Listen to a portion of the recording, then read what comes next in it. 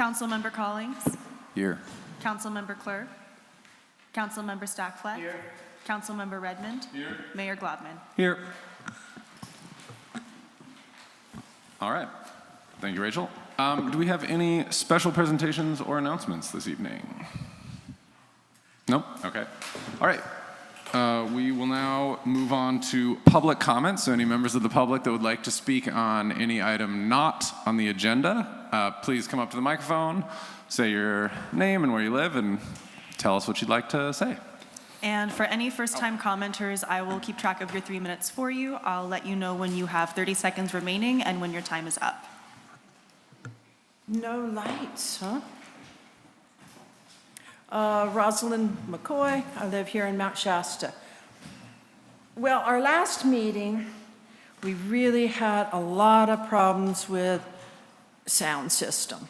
And these microphones were purchased, like 1995 area, and enough microphones were not purchased for everyone. They didn't have on and off switches. They are old, and they're not the quality that we really need to be able to hear.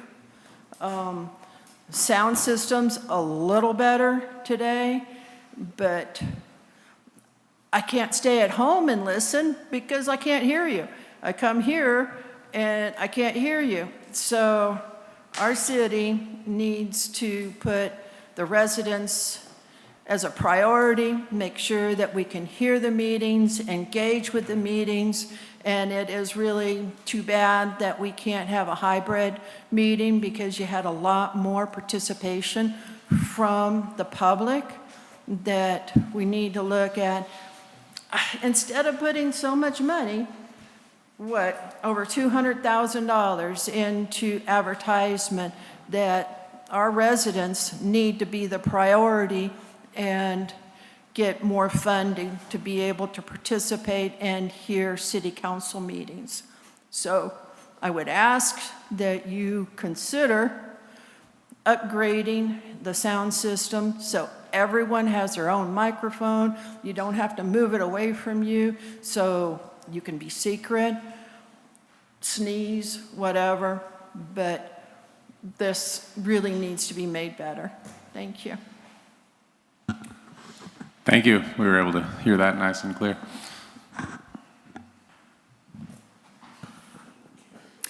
Good evening. Johanna L. Torfer. I have two topics that I'd like to mention tonight. One of them is one that you've heard me speak on before, which is the hybrid meetings. I've been exploring options for other venues that are AV ready in our city so we don't have to have the setup cost and the 22nd Avenue people come up here to set it up. They could remote in. It's important for hybrid for the public to participate in real-time agenda items during public comments. Our current space has really poor acoustics, including the train that comes by all the time and the microphone issue that Rosalind mentioned. And if we have a space that is AV ready and no setup is required, then 22nd Avenue, it would save, I figured out it would save us $10,800 a year in fees, $300 a meeting. And we would have better acoustics and we would be able to have public participation. So the two places that I've checked out, one of them is Driscoll Ranch, which is from the Driscoll Strawberries, and they have their property, the Driscolls who owned the property died, and they allow the space for community events. It would require the city to have an insurance rider, which you probably already have for our city park, but it's a beautiful venue. It's got a meeting room set up, and it's already AV ready. I think Chris Carpenter would be interested in talking to you about that, and I'd be happy to arrange that as well. The other place that I've approached, which also is AV ready and has the meeting room all set up, is Mountain Medics.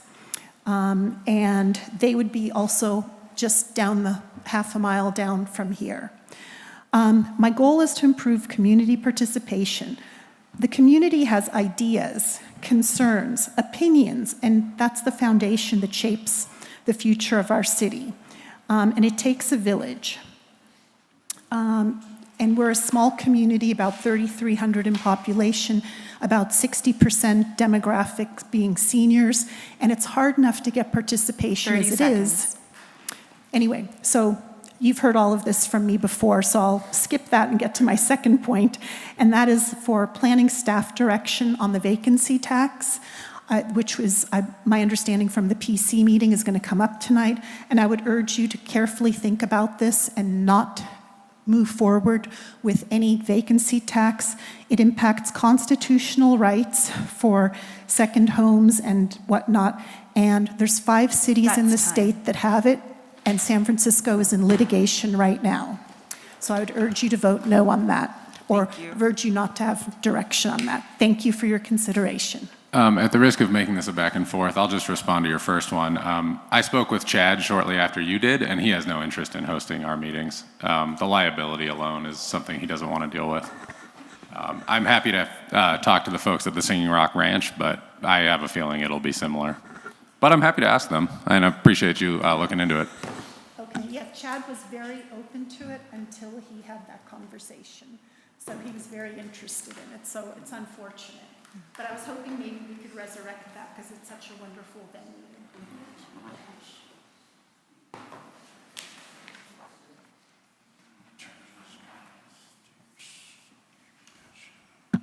Any other public comment?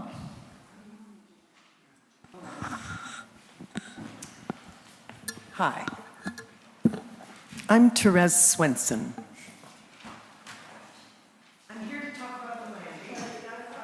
Can you speak into the microphone, please? We've been having issues with audio issues lately, sounds like. I'm here to talk about the landing. And I just found something on the internet, which was a picture. Oh, I'm so not computer literate. I'm so sorry. I want to hold this up to the camera because I think it's really important that people see. Can you speak into the microphone, please? Folks can't hear you. All right. Can you see that? I don't know how to make this be seen. Okay. Thank you. This was on the website as the final RFP that's been accepted. Did I understand correctly? I'm not sure what we're looking at. I can't. This was on the website about final landing. No, That's not it. no. Okay, that's important that I understand this.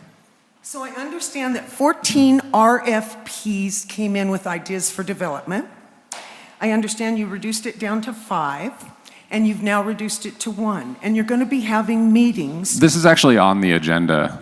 So if you, we'll be getting to this. but I don't get to speak later. You do. There's public comment for each agenda item as well. So if you'd like to Thank speak you. about something that's not on the agenda at this point, Thank you. we would welcome it. Of course. I want everyone to know that the landing is for sale. Also on the agenda, and I'd like to remind you to please speak into the microphone. And the reason this is important is the Surplus Land Act requires that surplus land be available to everyone. Again, this is on the agenda. Therese, you can speak on this during the agenda, not during public comment, on open comment, not on the agenda, so come back. Okay? This is not the time for that. This is for public comment, not on the agenda. You may are more than welcome to come back and speak to this matter when we get to number 12. Thank you. 16. Sorry, 15, next page. 16. All right. Any other public comment not on the agenda items already on there? Okay. All right, moving on to number 5 then, council and staff comments. We'll see council first, to my left. No? Fair enough. To the right, Jeffrey, please. Yeah, just briefly to address room acoustics and a better hybrid sound system. Pardon me? That's ironic. You had both spoken about better room acoustics and getting a better hybrid sound system for the meetings, correct? I can barely hear you speaker's right in your ear. I can hear you. He said, did you speak about the sound system? Yes, I spoke about the sound system. That monitor's coming back, Heather. Yeah, Jeremy, can you bring up that monitor back over, or I bet you have. Okay, gotcha. The answer is vote for the sales tax increase so we can afford those things. And the location will change from here likely when we, thanks to these gentlemen over here and others, complete the library expansion, which is where we'll hold our meetings. Or likely to. It will almost certainly not be this year, but it will start moving forward, hopefully in the near future. All right, any other council? How about some staff comments over here? Kim? Nothing. Over here, guys? Bring it home, Chief. All right, just a couple of interesting points for the citizens. As you may or may not know, we had a little wayward mountain lion with no tail.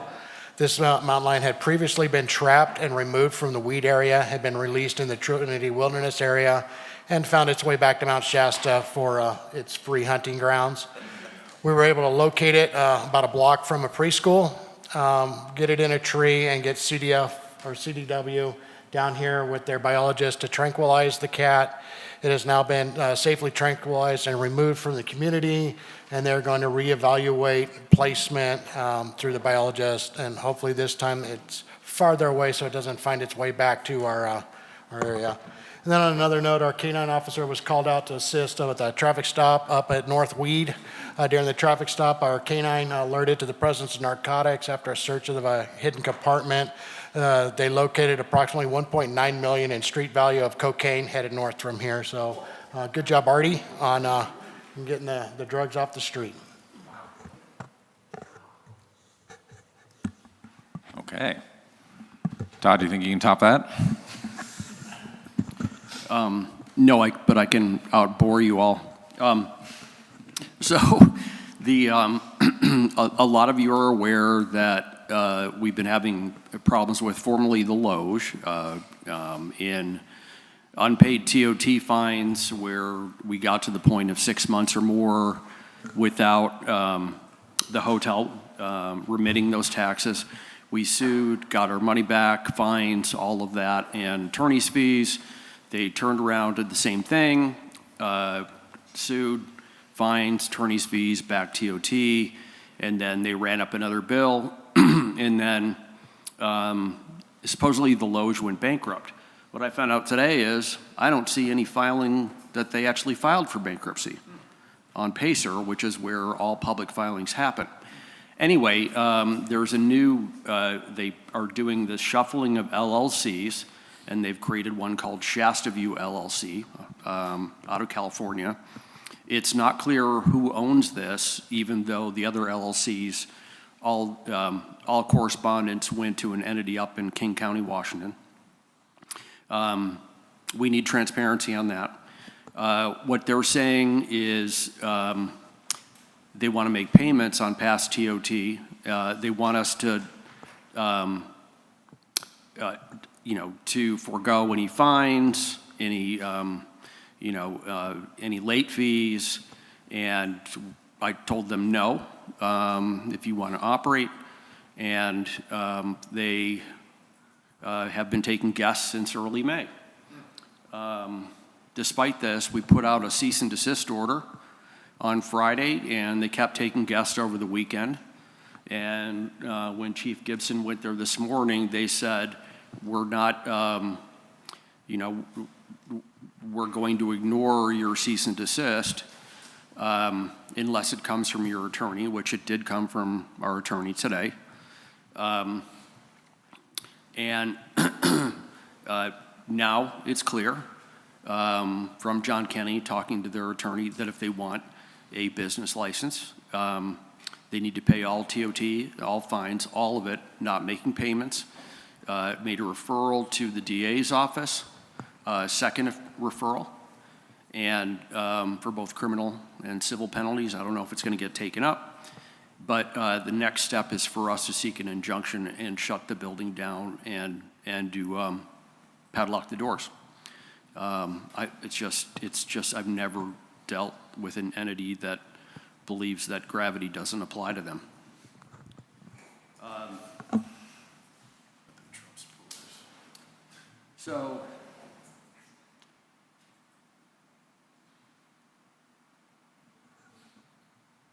So we're, I guess, a couple just basic housekeeping things because you haven't heard about them for a while.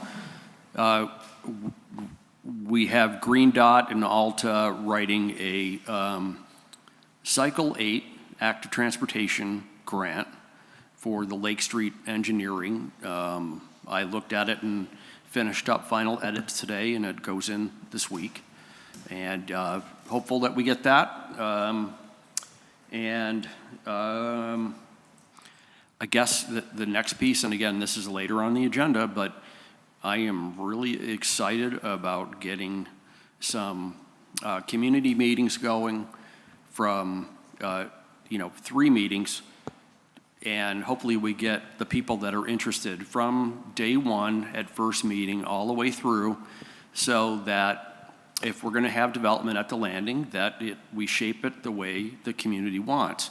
And are we going to satisfy everybody? No, but if we do our best to satisfy the majority of folks that development of the landing is in their best interest, and there's something about the landing that is really the community can take ownership of and love and be a centerpiece, I think that's the key to this being a success.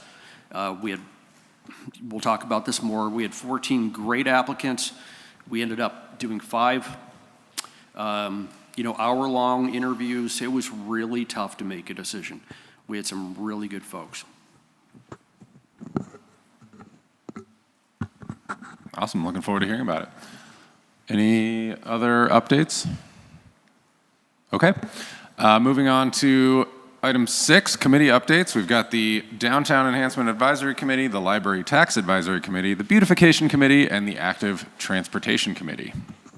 So the DEAC held and Rachel, feel free to fill in the gaps because I was kind of on text messages with John. We're still, trying to get our funding straight for finishing power box art, getting murals painted in our various locations. And I'm missing a big one here. Oh, and the planning for the Biketober event. Danny from 5th Season and I have been working on that, and we had Mayor Globman and I had a great conversation with Steve and Brian from the Community Resource Center today. And it sounds like they've got someone on staff through Grant was able to get sound system and a projector, and we talked about the potential for using it in relation to the gateway trails that are opening up, and at the end of the year having a Take a Kid mountain biking day where you take kids out on the new trails, teach them how to ride bikes with supervision, and then come back and have a camp out with a big screen and good AV and show some really cool mountain biking videos, people making big jumps and that kind of thing to get kids really excited about jumping into the sport. So yeah, that's what I've got. Awesome. And to reassure you, Ken, if I am involved, I will wear a helmet. Just a reminder for folks out there, if here or watching at home, there are 2 vacancies on the Beautification Committee and 1 on the Downtown Enhancement Advisory Committee. So if you are interested in either of those, come on down to City Hall and chat with somebody there. We'd love to have you on there. All right. In that case, we will move on to item 7, the consent agenda. The city manager recommends approval of the following consent agenda items. All resolutions and ordinances on this agenda or added hereto shall be introduced or adopted as applicable by title only, and the full reading thereof is hereby waived. A, approval of minutes May May 27th, 2026, regular city council meeting. B, police department monthly report. I'll move to approve consent agenda items A and B by title only. Second. All those in favor? Aye. Any opposed or abstain? Okay. Moving on to item 8. We've got the sales tax percentage selection. On May 26th, the council adopted a resolution consolidating the city's general municipal election with the Siskiyou County general election. The resolution included authorization to place a sales tax measure on the ballot, but did not specify a tax rate. Todd is going to give us a little more background. Yes. So, as Mayor Globin mentioned, we needed to, pass a resolution consolidating the general election with the county for 2 vacant positions on council, as well as to consolidate elections to put a sales tax measure on the ballot. The one thing that we left blank and that we need to see if we can come to agreement on this evening, because our due date for that, turning in that resolution with that percentage is July 1st. And so we have been talking about this in town halls and laying out the city's budget and all that we've had to do in terms of cuts and everything from finding out that not only did we not have a reserve, but we were deficit spending by about $700,000 and the cuts that went with that, and the difficulty that we had in just getting to even this year at on the budget. If we want to have a robust, if we want to have a full staffed fire department and police and, be able to replace equipment for, fire and police and, we need to raise some revenue. And so the town halls that we've been holding have been sort of, leading with a potential 1.5% sales tax measure. The original estimate was that it would bring in $2.75 million with reduced TOT and TOT coming in. That number is actually now projected at 2.25, and at 1%, we're looking at 1.5 million. And so we need to make a decision here, hopefully unanimously. We've got to have a united front.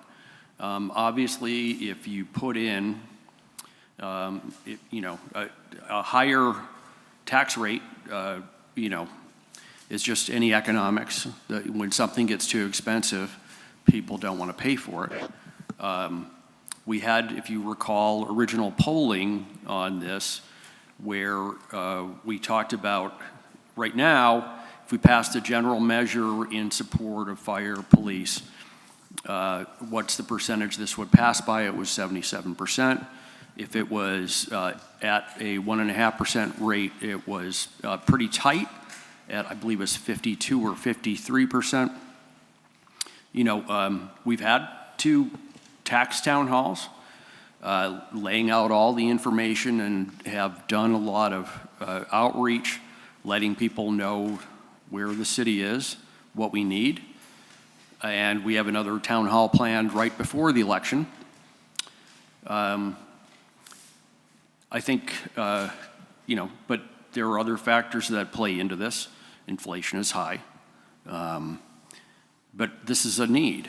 And I think that council's got a tough decision to make tonight because, you've got to walk that fine line between doing your best to ensure that something's going to pass and doing whatever we can to make sure that we're shored up into the future. And I think the thing to keep in mind, just kind of a little bit of a shift is that as opposed to sales tax now, passing a local measure, all that money stays in the community. So just setting the stage, you guys have a tough decision to make, and looking forward to the robust debate. Thank you very much. This came up pretty frequently at the last Coffee with the Mayor event that I did, and I would just like to ask a couple questions here on the record just to clear up a couple of the misconceptions that I think folks had. I saw some of this on some chatter floating around afterwards as well. You did with one of them so that all of the revenue stays here, even with online shopping, none of that's going away. We'll see online shopping increasing, obviously, so that is a good thing. Now, the Citizens Oversight Committee, that's not something we hope to create. It is, if this is put on the ballot, or this is on the ballot in November, rather, as part of that, it is mandatory that we will have a Citizens Oversight Committee, right, as part of this ballot measure? We've been consistent all the way through this, that this is part of the package. Excellent. And then the other question, I believe I saw at one of the last things, there was 4 categories that were excluded from this tax. I'm sorry to put you on the spot. There was food, medical. Food, medical. There was 2 others. Sorry. I should have. I'm like having a we'll find moment it, here. Oops, my bad. Any other questions over here, Jeffrey? Not questions, council discussion. John? Either John? Questions? Mm-hmm. No question. Okay, well, Todd, if you find that, we can bring it back during the council discussion portion here. But for now, I think we'll open it up to public comment. I see some folks getting ready to come up here. So if you would like to make a public comment about this, I think you know the drill. Good evening again, Johanna Eltwerfer. 2 points I'd like you to consider on the sales tax measure, and that is what is going to happen if our rate goes up, whether it's 1% or 1.5%. We need to really consider that we may lose revenue to neighboring cities like Weed or Dunsmuir, not just Oregon or perhaps Reading.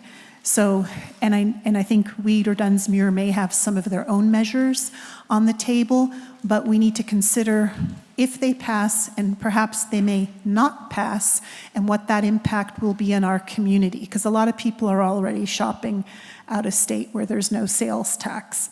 And then the other thing on the Oversight Committee is my understanding was that they would come in after the fact to talk about where the money went, but I don't think that's a very good use of people's time and efforts, because the Oversight Committee should be proactive and be ahead of the curve and help direct where those funds go.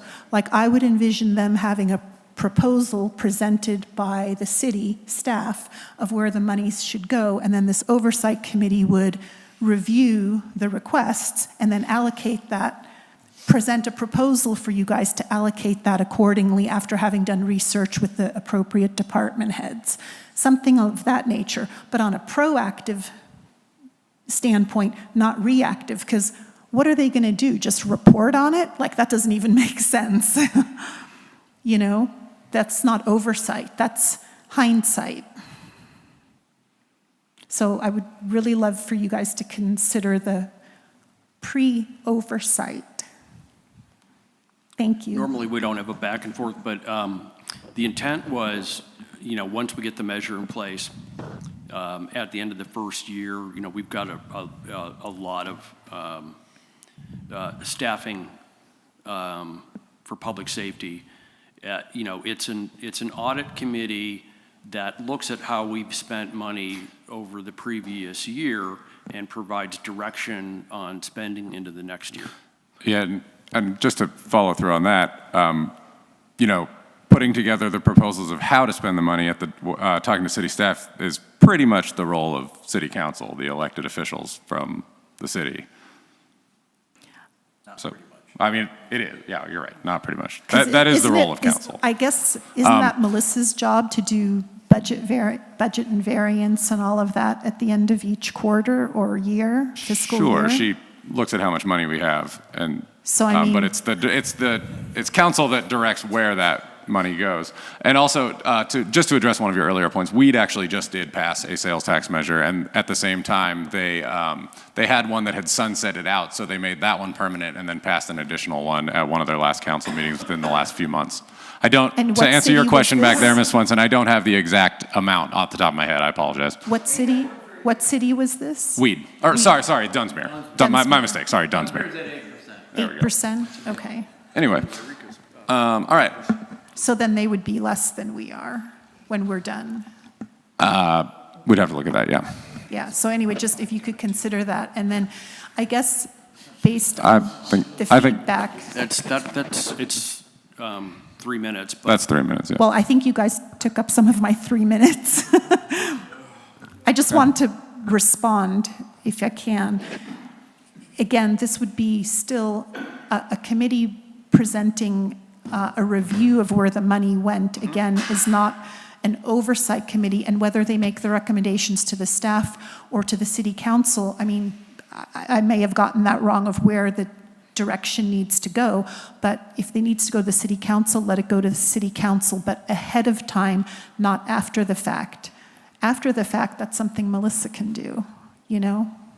That's part of. that's not the intent. The intent is to look at how to provide accountability for the way the city has spent the money in relation to the tax measure that we put up, and provide guidance. That guidance then goes to the city council to take into account, and I'm sure they'll take it seriously. And, the intent is to follow what we need, which is to shore up police and fire. Our big problem here, well, there's a lot.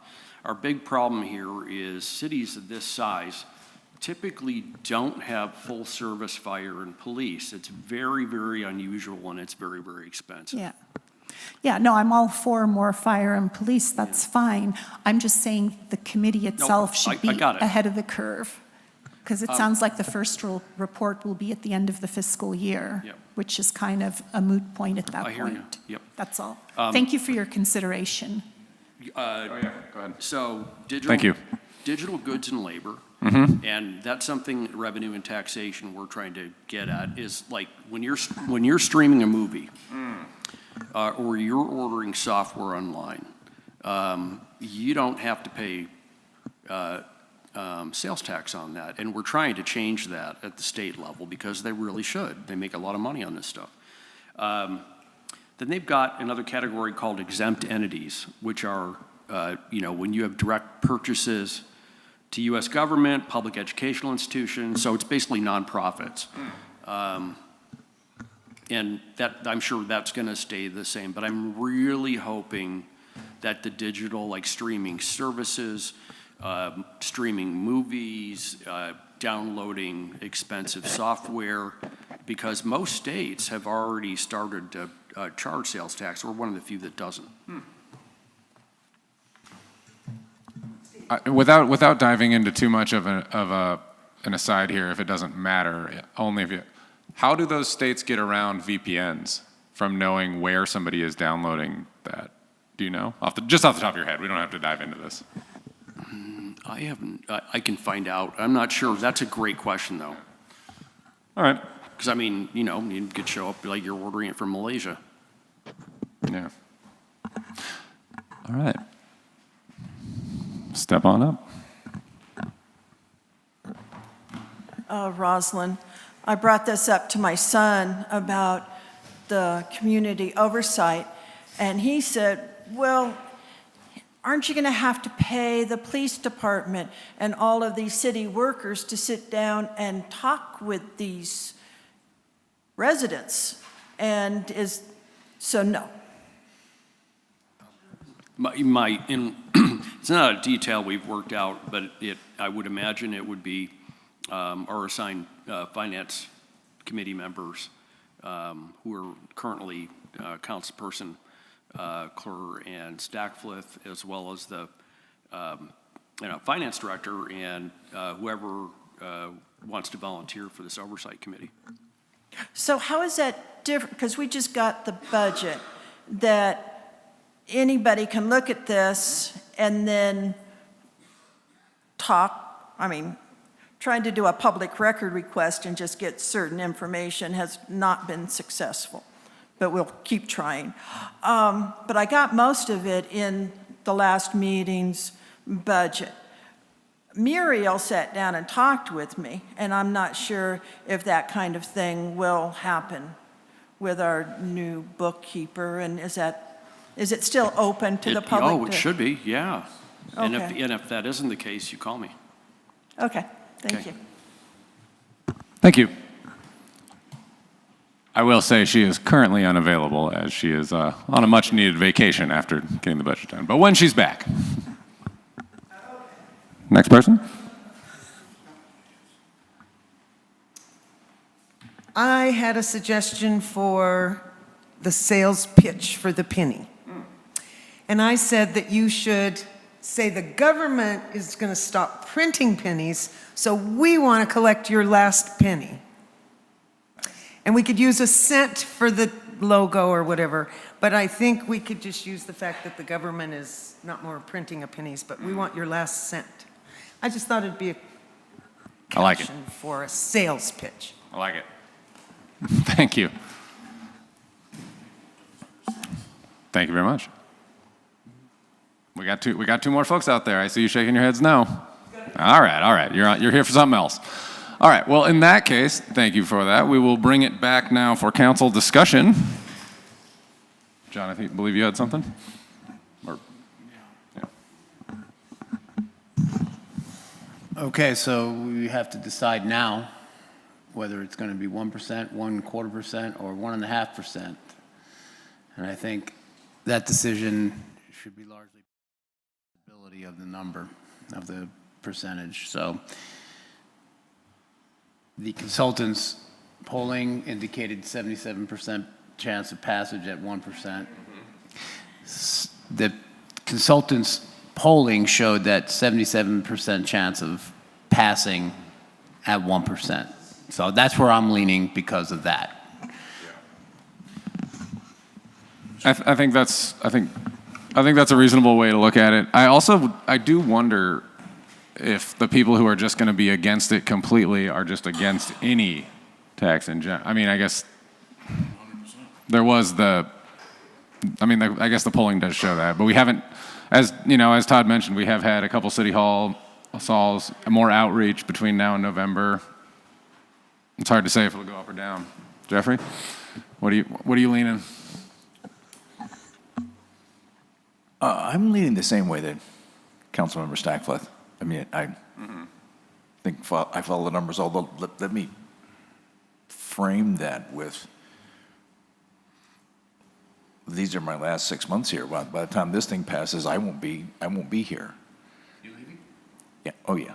And consequently, it feels more like, yes, I have an going in perspective, but I'll line up with what the folks that are going to stay here and manage it and be responsible for it want. Fair enough. Todd? And this just is more information. Don't take this as trying to sway anything one way or another. And this is anecdotal. It is not anything that you should be considering as part of a survey. But I think the first town hall and the second town hall, we had people come out and both that said no way on taxes. Especially during the first town hall, I think that when we laid the budget bare and walked through how much we've cut, and that we don't even have a full cadre of firefighters right now, paid firefighters. I think the thing that really actually swayed a number of people is just not understanding the fact that fulfillment centers for Mount Shasta specifically, you know, because they had our zip code,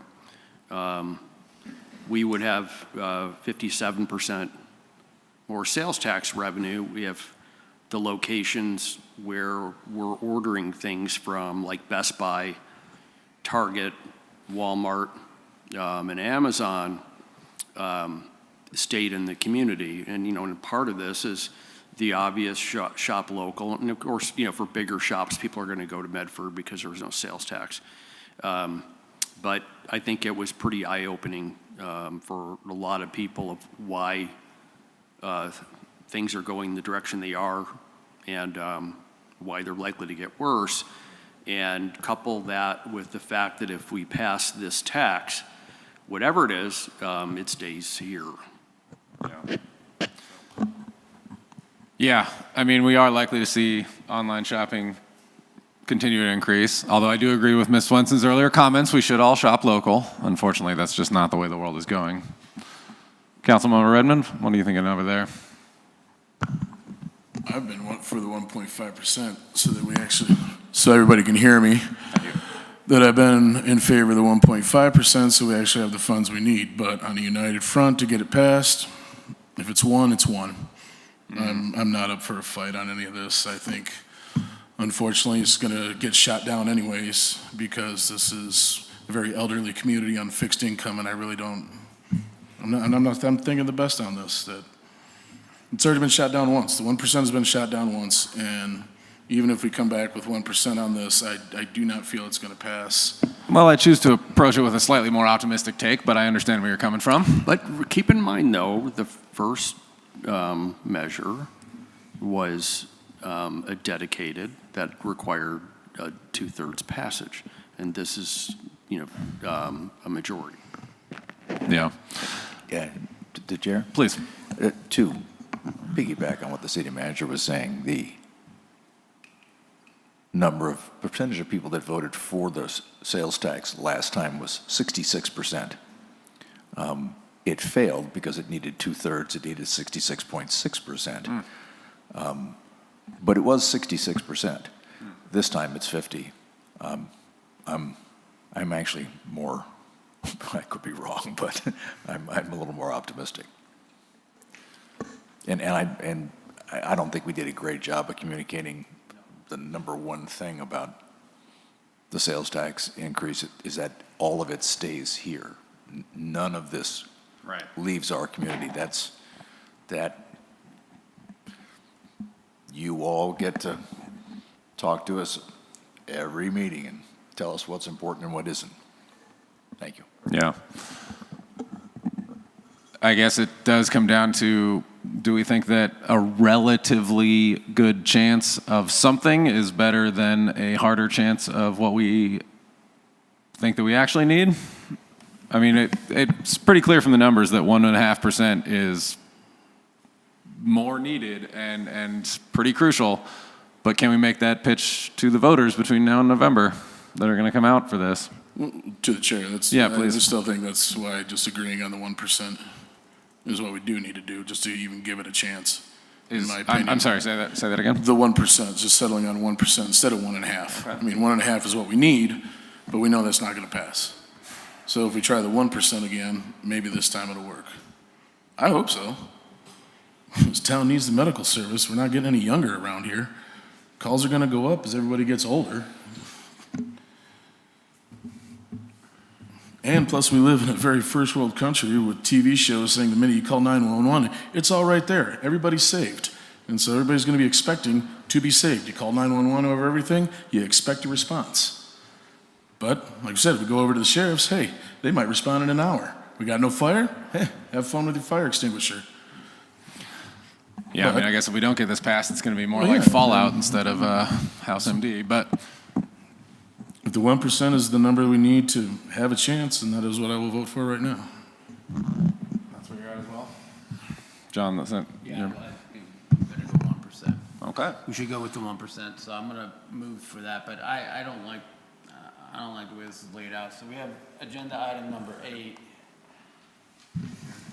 We have agenda item number 8 Yeah. is What CCR number is this going to be? 26 dash what? 09. Okay, 09. And this looks to be regarding the consolidation of the election, which we passed last meeting. So, I think this would just be amending that to add the actual number to it, is my understanding of it. okay. Are you saying versus agenda item 9 for tonight? And then 9 has to do with language on the ballot? Yes. Okay. So where is the amendment? Where is the spot, fill in the blank, on the resolution 09? I don't want to get this wrong because we have a deadline, right? It's in the language in the packet, and there are a couple amendments after talking to Bill Berry that we should add, which I've got them redlined out. Because when you go to agenda item number 9, the percentage is highlighted in that ballot question, ask voter, okay, and you would fill in the blanks. Anybody else's thought on the language of the resolution? Am I seeing this wrong? Let's see here. Yeah, go ahead, Jeffrey. I thought we were just filling the in spot. Yeah, that's the next resolution. That's what I mean. I thought that's just what the language Yeah. was. We were just filling that. City manager, on page 27, on the language that would actually be in the ballot, the 1% number was the 1 and the 1.5%. The language of the total revenue that would come in was incorrect. On page 27? 27. See a number there. Oh, there it is. In the whereas, the first whereas, it's got a blank spot with a with highlight next to the percentage. I think he's talking about under the City of Mount Shasta Vital Services Protection Measure. Is that the one you're talking about, Jeffrey, next to the yes and no box? Right, that would actually be on the ballot, right. Is this what we're talking No. So that's agenda item number 9, or number 8. I thought your concern was You had, It's 8. It's 8 is what we're on. Correct. And this is very similar to our last agenda item at the previous meeting regarding consolidation. So we're having this discussion about what percentage, but in the actual wording of this resolution, I don't see where the it's, percentage comes in. I'll Is read it, it. is it So going to, why don't I walk you through I see this? what you're saying here. The consolidation of the election resolution passed at the last May meeting. And when that passed, we said that the one thing that we're missing, because we haven't had that debate yet, is we'd have to come back and approve the sales percentage amount to be added to the consolidation. And so we make that decision on this item, and then we go to the next agenda item, which is related to placing the sales tax measure on the ballot, which is a little bit different. But the reason I put this afterwards is so that we can plug the percentage in from the consolidation resolution. And that's why the blank spaces. okay, so if I say, before I do this officially, I say, all right, I move to approve resolution CCR-26-09, and then read the boldface print. I have no mention, I will not be mentioning what the percentage is. That will take care of in the next agenda item, correct? Yes. So this is kind of a repeat of our last agenda. It Okay, so here we go. absolutely is. Let's do this. All right, I'll move to approve agenda resolution number CCR-26-09, resolution of the City Council of the City of Mount Shasta calling and giving notice of a general municipal election to be held on November 3rd, 2026, and requesting consolidation of this election with the presidential general election. with the general, just the general, with the general election. Just with the general election. there we go. All right, so consolidation of this election with the general election. I guess that's it. Note the edit that presidential will be struck from the resolution. Actually, the senatorial and presidential are language that need to be in the consolidation. Okay, so I'll move to approve resolution number CCR-26- It's so confusing. Resolution of the City Council of the City of Mount Shasta calling and giving notice of a general municipal election to be held on November 3rd, 2026, and requesting consolidation of this election with the congressional general election.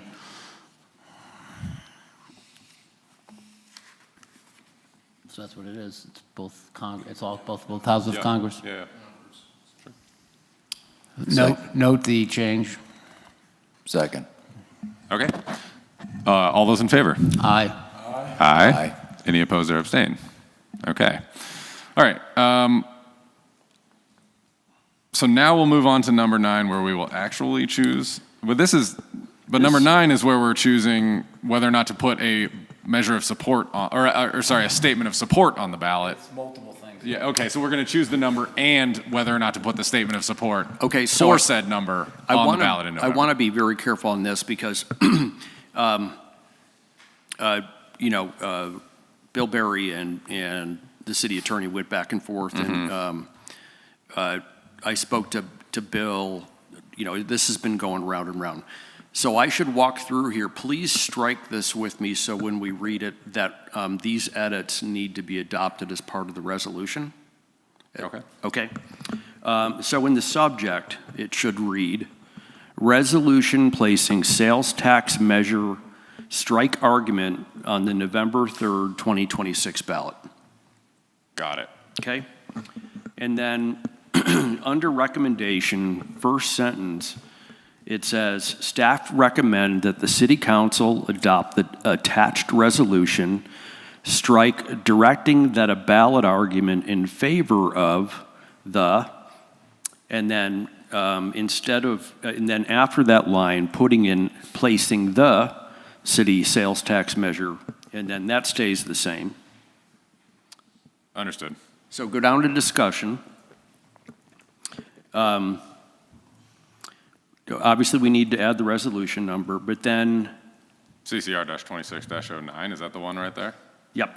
Okay. This one would be 10. Yeah. So the attached resolution number, and we got it, formally requests that the Siskiyou County election clerk place the city's strike ballot argument in favor of the, and then sales tax measures and the rest of that sentence are all the same. Okay? Okay. And those are the strikes. Well, Understood. the reason, as I understand it, is we don't want to state that we're putting a ballot argument, meaning council putting a ballot argument on the election. We want to come back and carefully choose 5 members of the community that are leaders and are behind this to actually come in and say they're carrying this ballot measure and signing for it for the election. Okay. All right, so now we will discuss, well, we will get back to our previously scheduled discussion of 1.5%. Sounds like folks were pretty settled on 1%. Yes. What was that, Chief? No. Yeah, that's what okay, yeah, so we'll go with council questions. All right, anybody got questions here? Okay, well, we're gonna have to we're gonna go back to public comment about, I guess we'll go to public comment about the percentage.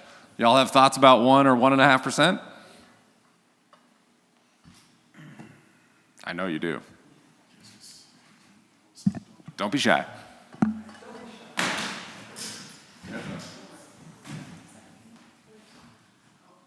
Johanna, I guess I would err on the side of a lower percentage rather than a higher percentage for the reasons I stated earlier with our neighboring cities and Medford and whatnot.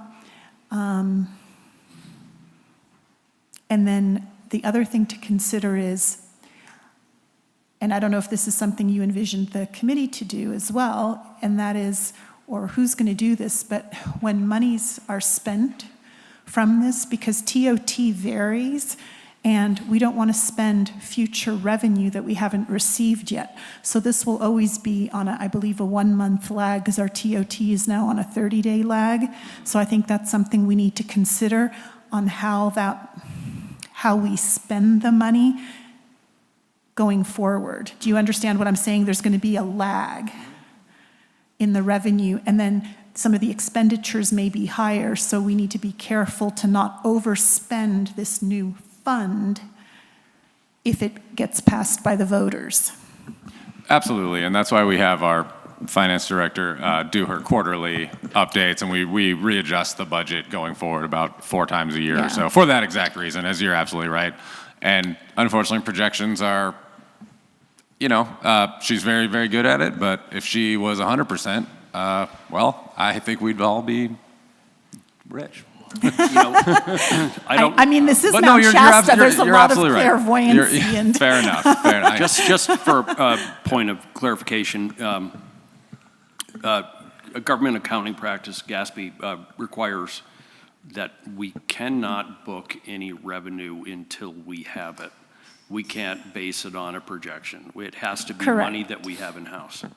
correct. Yeah, that's what. I don't know if that's the way it was done before, but that's the way it has been done since. Yeah.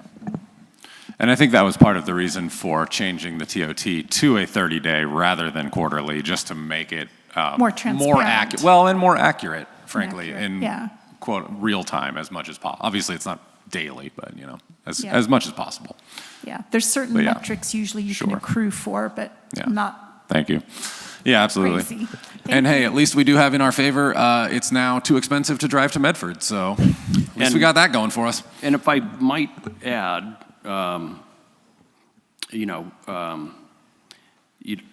weed is floating a 1.5% sales tax measure. So if we passed 1.5, which isn't what we're going for, we would be the same. Wairika passed a 1.5% sales tax measure. So what would if weed passes theirs at 1.5%, what would their ending rate be? 9. 9%? And what would our ending rate be, 9.5? 8.5. 8.5. Oh, 8.5, with a 1.5? Oh, 1%. That's with 1%. Okay.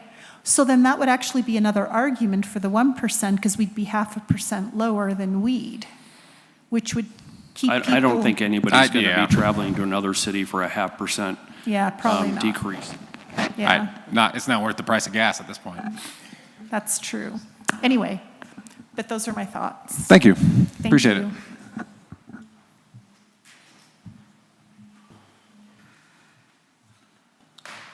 Come on up. I just want to take an opportunity to remind people to use Amazon like a catalog. Because if you go to Amazon and you find something you like and you go to the person that's selling it and you order it, the tax goes to the city. If it goes through the Reading to get distributed to us, Reading gets the tax. People need to understand that. So I want everybody to use Amazon like a catalog, just so we can get the tax money here. And that penny, we need a fireman, we need 2 firemen, and we need a policeman. And if we can get money to be able to have that, I think everybody would like the security. I want to make one comment about cities not having fire and police. Dunsmuir doesn't have either, so we basically cover them.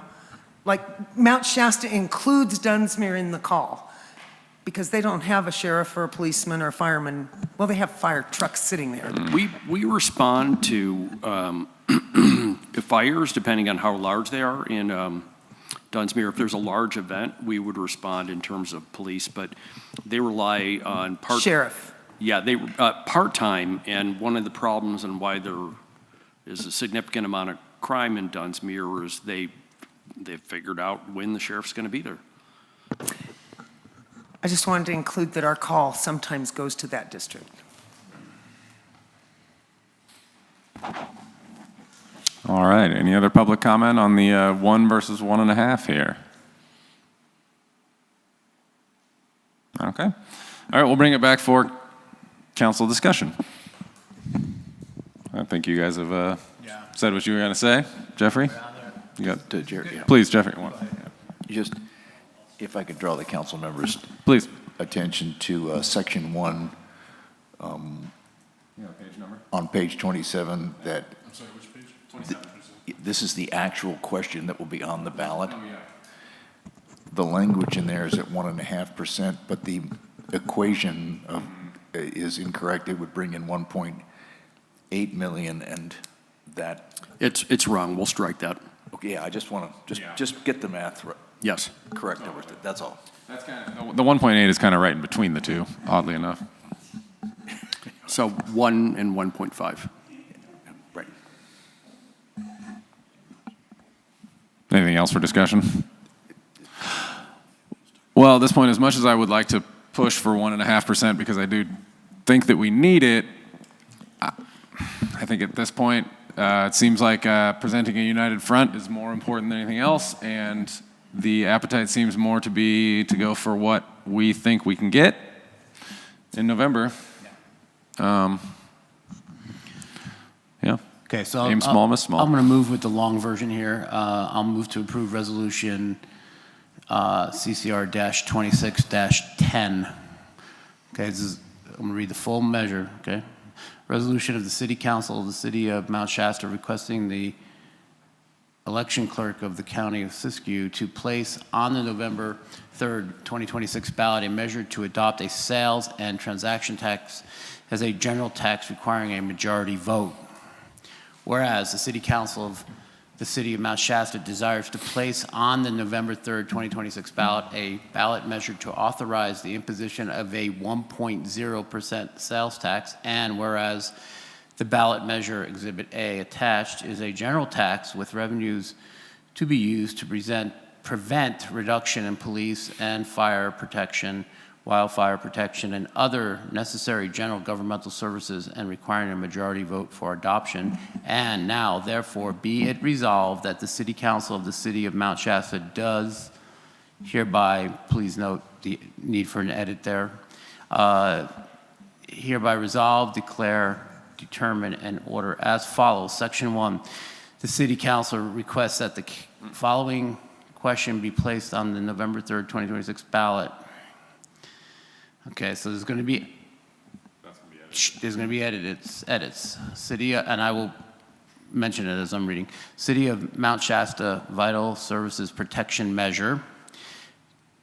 This is a yes or no vote on the following: to prevent cuts to its police and fire department, maintain public safety, prevent and protect against wildfires, provide rapid responses to 911 emergencies, add needed police officers, firefighters, and paramedics, and for general government use, shall the City of Mount Shasta adopt an ordinance establishing a 1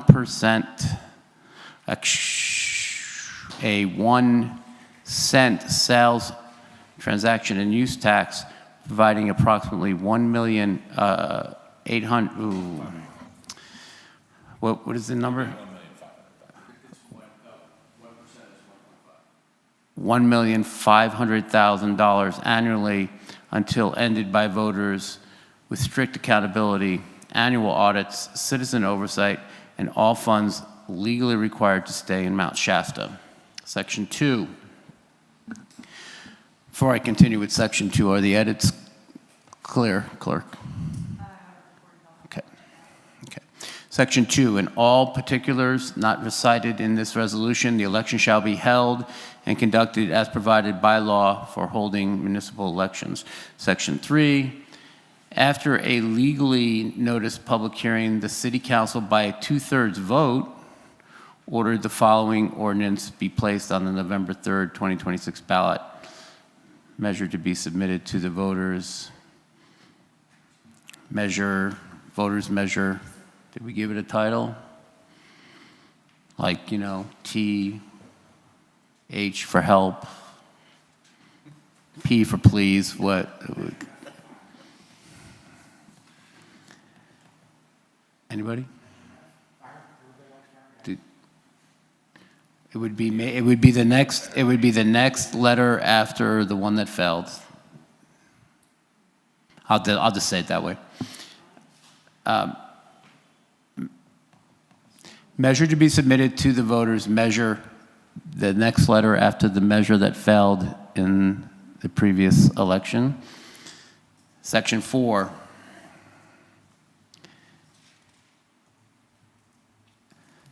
The county clerk of the county of Siskiyou is authorized, instructed, and directed to give all appropriate and convenient notice of the election in form, time, and matter as prescribed by law. Section 5, the Board of Supervisors is requested to consent and agree to the consolidation of the City of Mount Shasta municipal election with the general election to be held on November 3rd, 2026. Passed and adopted on this day.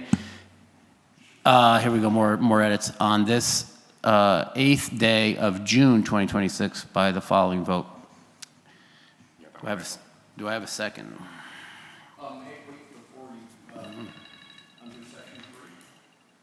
Yeah? Yeah. Unanimous. Or unanimous vote. You don't want 2/3? It's the city. It's how the city council authorized to put it on, not what we're asking for. We have to do it by 2/3. That does sound right, actually. In other words, in this case, it would be 75%. But this is what the city council's placement. No. The placement of it on the ballot, yeah, it's going to be a general measure, therefore it's 50% by the public. But it's how we put it on. We have to be in a supermajority to put it on the ballot. I do believe that's correct. Yeah. You could just say by a unanimous vote, since that's what we did, ordered the following ordinance. That's accurate. Okay. Okay, so that's the motion, fully read, with edits noted? Okay. Second. There we go. All those in favor? Aye. Any opposed or abstain? Okay. All right. On to number 10. However, I have been asked to table this measure until such time as it can. All right, so what date would you like it? Planner? City planner? Who needs it? 2 weeks too. So no, it's going to have to go It's after afterwards, because what happened was after Jeff presented this to me to bring to council, the new noise element did not go to the planning, so it's going to have to go to the planning commission, which I believe the next meeting that she can Okay, so is July.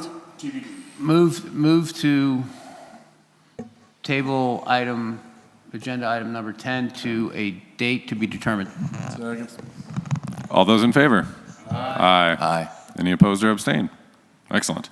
All right, moving on to item 11, and for those following along, this is on page 39 of your packet.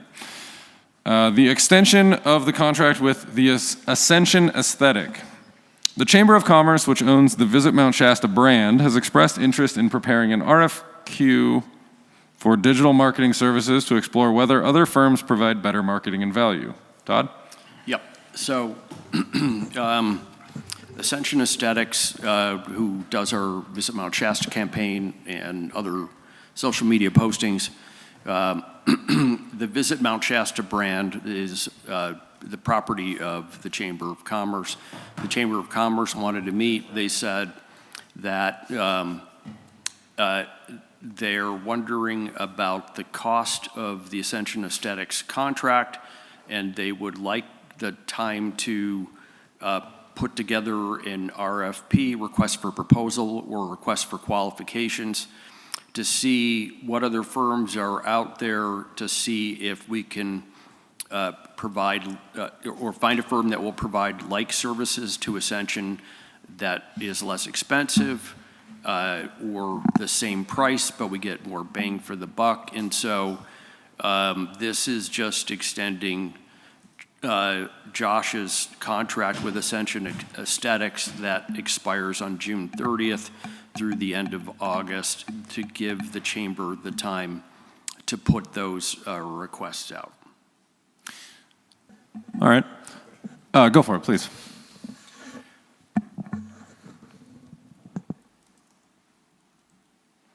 Does the Chamber of Commerce pay for his services? That was my next question. We pay, right? Yeah, we pay Ascension directly, and we receive quarterly metrics from Josh. Yeah. So, And why are we looking at this? yeah, I'm with Jeffrey on No, this as in, one. why is the Chamber of Commerce putting out an RFP? I mean, I think do because... they plan on paying for it? Because I think what they're trying to do, and it would involve council's okay, is to say, hey, Visit Mount Shasta is our property. We'll pull it inside and manage this contract, you know, and that, you know, then we change the way that that contract is paid. It would be a pass-through to that entity through the chamber.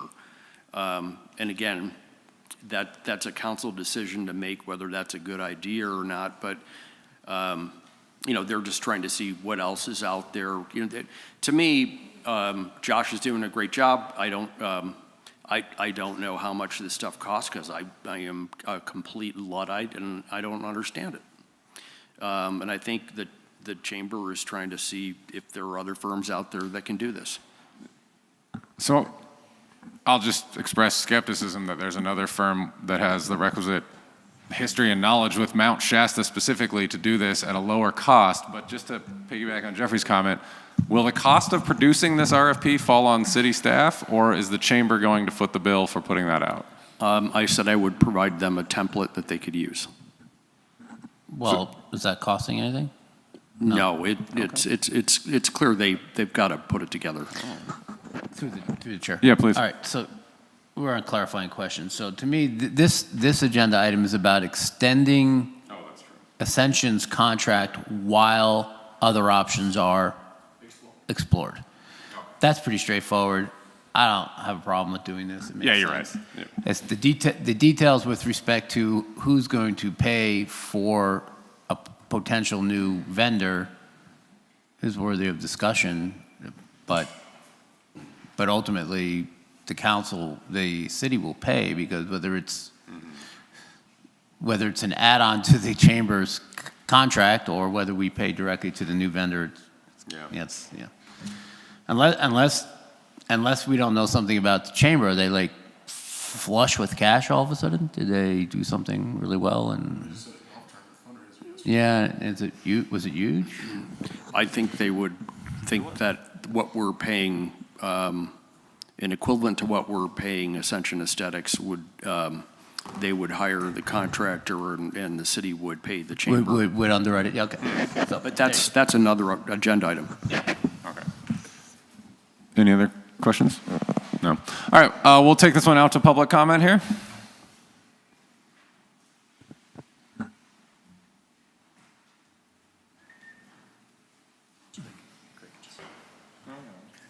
Johanna, I just have a question on this. I don't understand if the chamber owns the Mount Shasta logo or saying. Visit Mount Shasta specifically. What? Visit Mount Shasta Visit specifically, Mount like Shasta. the Thank Instagram you. account, the Facebook Visit page. Mount Shasta. Sorry, no, I said that wrong. Logo, the Visit Mount Shasta name, whatever you want to call that. Why is the city paying for that? Shouldn't the chamber be paying for that? It seems like they should be in charge of that contract to protect and defend their trademark, I guess. Is it a trademark?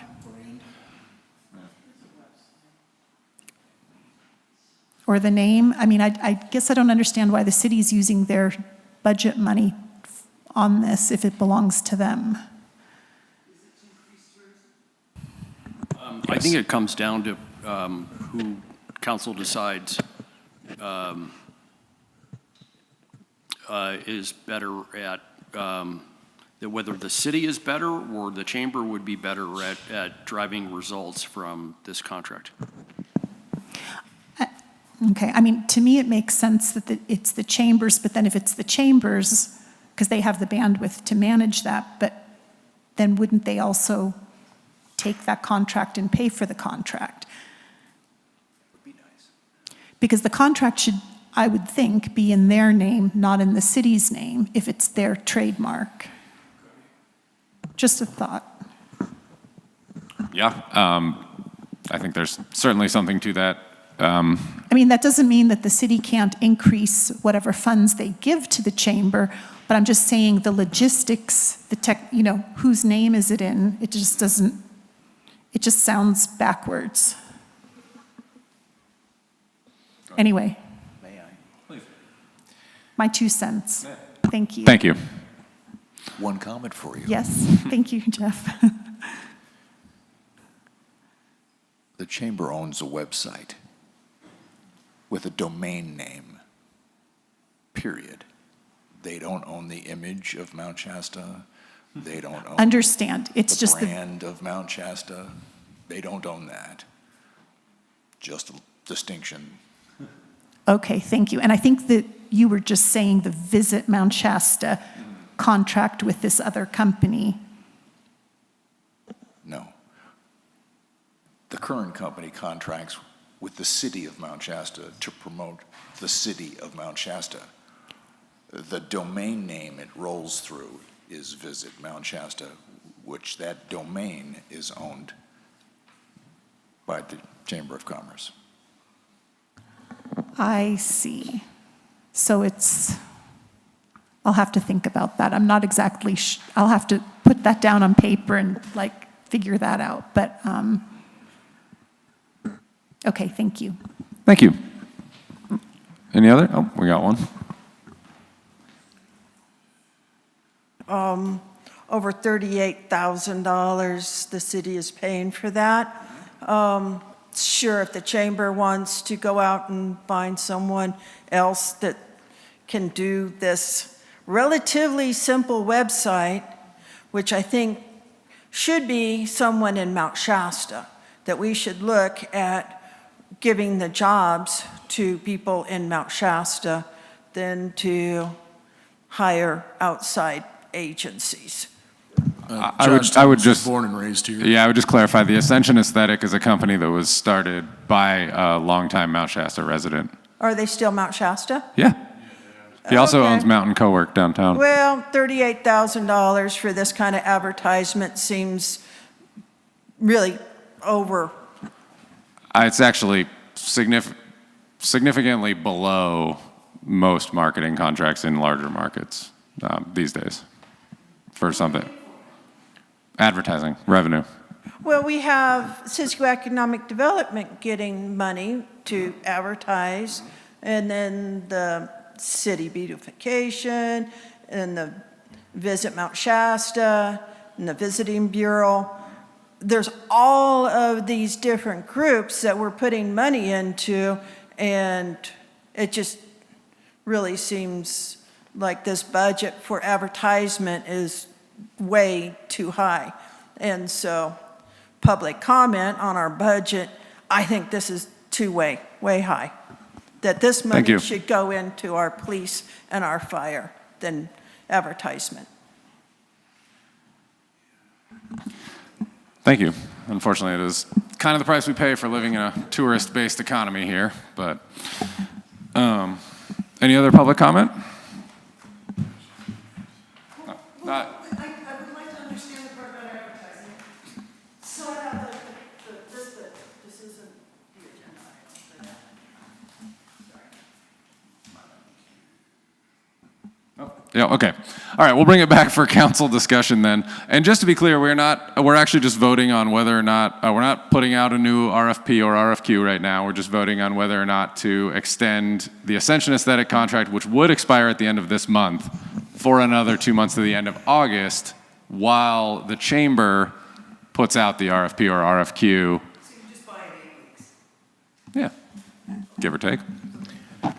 All right, I'm going to move to approve the extension of Ascension Aesthetics digital marketing contract with the city of Mount Shasta for the period of July 1st, 2026 through August 31st, 2026 at a monthly rate of $3,200, totaling no more than $6,400.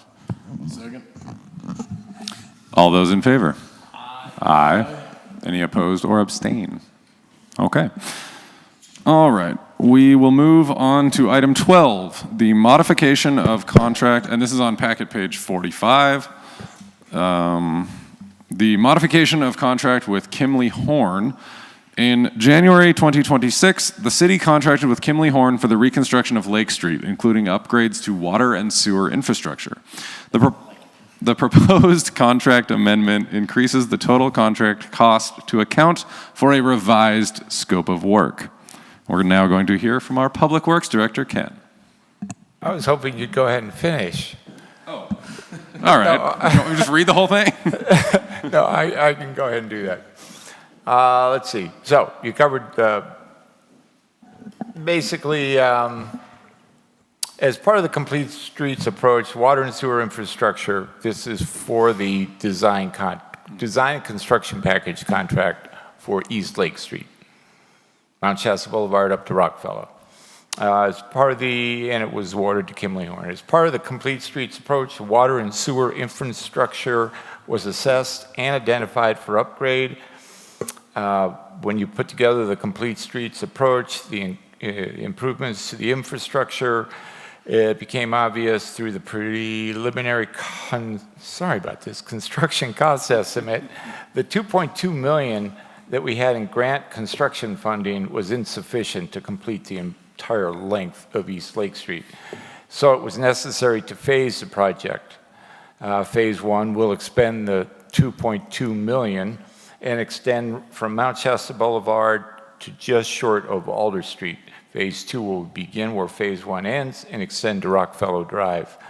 The revised scope of work in Amendment 1 increases the total contract cost by roughly $47,000 for several reasons. One, the fact that we're going to have to create two construction packages for phase one and phase two.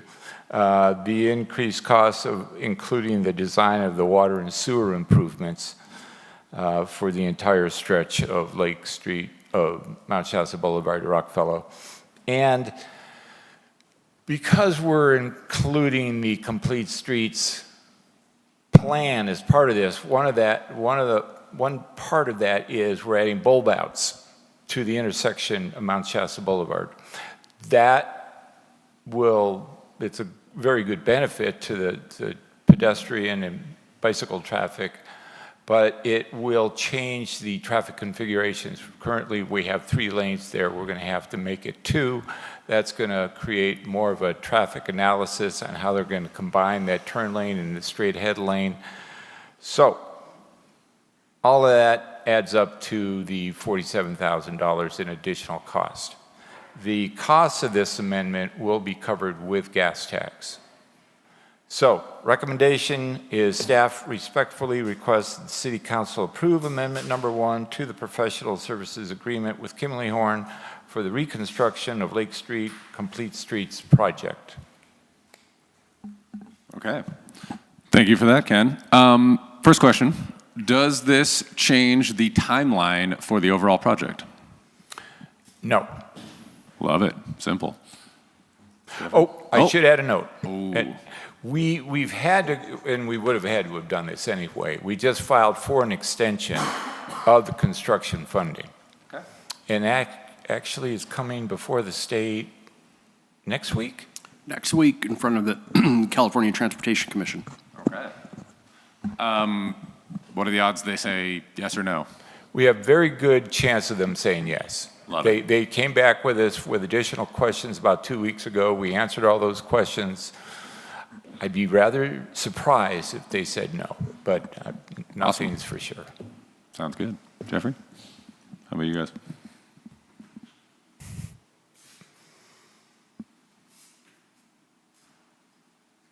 Okay. All right, we'll take this out to public comment. Lake Street? Okay. we got a thumbs up. Put it in the official record. We'll bring it back for council discussion. Jeffrey? Anybody? No? I think we're all in favor of this project overall, so if this is what needs to happen. Yeah, I agree. I mean, my only comment is that Sure. construction costs, prevailing wage. So, do we know the distance that is being reconstructed? It's like half a mile? 0.83 mile? Oh, really? Okay, and so the total cost is going to be 2.2 million or 4 point? 2.2 million covers from Mount Shasta Boulevard to basically Alder Street, just short of Alder. You know, that's 2 blocks. It's, That does include all the infrastructure, the sewer and That- everything. yes, Yeah, that's- that's not just the roadway. it's everything. So- And that's part of the problem. When we first went after this Yeah. grant, it was strictly for refurbishing the street, reconstruction of the street. Didn't have sidewalk, curb, and gutter, didn't have water and sewer, didn't have the what? The ADA. None of the traffic calming was included with that. So you want it to be a complete streets, and we Yeah. did that with Alma from Sisson Middle School down to Chestnut, basically. And I remember that being about 1.4 million, and that was a complete streets project. That Sounds was like what- about the price of inflation. Yeah, so inflation right there, boom. So all right, I'll move to approve You don't even get any roundabouts. Amendment 1 to the professional services agreement with Kimley Horn for the reconstruction of Lake Street Complete Streets project. Second. All those in favor? Aye. Aye. Any opposed or abstain? Okay, awesome. We will move on to number 14. This is on page 71 in your packet. This is agenda item number 14, local transportation fund claim. Staff has prepared a claim on behalf of the city for its annual allocation of transportation funding from the, oh, sorry. Oh, yeah, totally. Different modification. Sorry, Ken. Item 13, packet page 57, my mistake. We'll go back a little bit here. All right. The modification of contract with Progression Engineering for further design work. In June of 2025, the city contracted with Progression Engineering for improvements to storm drainage. The proposed contract amendment increases the total contract cost to account for a revised scope of work. Ken? Yes, Mayor and members of the council. In June of '25, the city contracted with Progression Engineering for planning, modeling, and design of stormwater system improvements for McLeod Avenue, Cold Creek, and Washington Drive, Mount Shasta Boulevard storm drainages. During drainage system design for South Washington Drive, assumptions were made regarding street width, slope, curb height, and drop inlet placements. Designing the drainage and street improvements on South Washington together will produce more accurate results and will strengthen future funding applications for both project components. Meaning both project components being the money to build the storm drainage system and money to reconstruct Washington Drive. Because we will at this point have a finished design. The amendment primarily adds street improvements designed for South Washington Drive. It also repurposes funds from reduced scope tasks and adds right-of-way work near West Water Street and the Union Pacific Railroad, where we had questionable information on right-of-way and existing easements. We really need to get that straightened out. This amendment cost is $191,801, bringing the total contract to $1,436,070. This total is still within the available grant funding of $1,575,000. So we'll just be spending more grant money that we already have. Love that. Staff requests that the City Council approve an amendment to the professional services agreement with Progression Engineering to add street improvements on South Washington Drive, including pavement, sidewalk, curb, gutter, and associated structures. Cool. Coming back for some questions here. right here. I got a question. Not so much about adding this amendment to the thing, more so about the project, if that's all right. Yes. What's the timeline for, I get asked this a lot, so what's the timeline here for Washington? What are we looking at? For the design or for the complete storm drainage improvements? Give me both. Well, we just talked to the state last week about getting an extension on this project as well. Because we were starting off this project with the assumption we could do a categorical exemption, which would really streamline this, and we'd be done with this total design and everything in the next few months. We've decided, given the amount of work that's going to be done as part of this project, we need to do a negative deck. There's more of a term to it. I'm calling it a negative deck for short. This would ultimately not be a CEQA exempt project, so it would come with an ISM&D, an initial study mitigated negative declaration. Understood. And due to that, it's going to take some additional time to get that environmental work performed. So what's going to happen first, this project or the state just overturning CEQA completely? No, I'm just kidding. All right, well, we'll keep our fingers crossed for this one. All right, any other questions then from council? All right, we'll go to public comment out there. Is this about Kim's discussion just now? Yeah. The only thing is, I said before, is people in Washington want to know. So it's not going to be done this year, you're just doing a plan? Correct, this will be. This will just be for the design package. I just want to be clear in case anybody's listening and they're going, Washington? But it's a step further than we had before. Oh, careful. Ooh, let's. All right, any other public comment out there? Oh, sorry, go ahead. If you don't mind, I'd like to add. Please.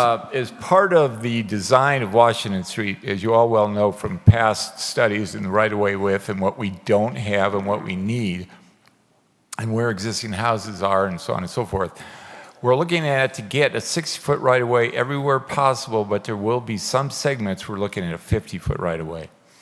And by having this finished package, we can go to the homeowners and show them exactly what we'll be asking for. Mm-hmm. I saw that. How many spots roughly does it sort of do that bow in where you potentially, are you going to lose the sidewalk in those spots, or what's the design going to look like? No, we will have full sidewalk, curb and gutter the entire way. We'll have to get a little creative with our bike lanes, and we'll have to go with, well, of course we would anyway, but 11-foot travel lanes. We wouldn't go big wide travel lanes there. We want to reduce speed on that street as well. Yeah, sounds good.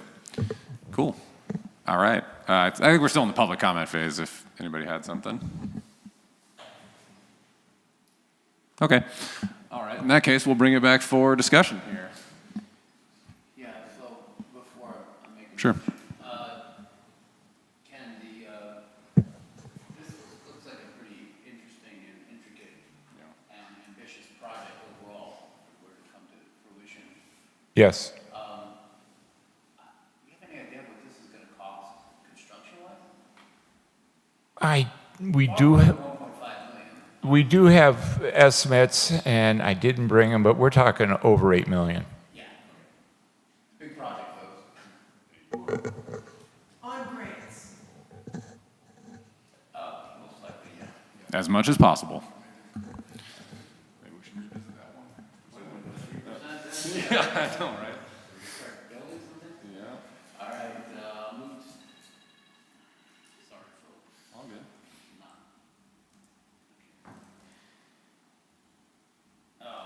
Move to approve an amendment to the professional services agreement with Progression Engineering to add street improvements on South Washington Drive, including pavement, sidewalk, curb, gutter, and associated structures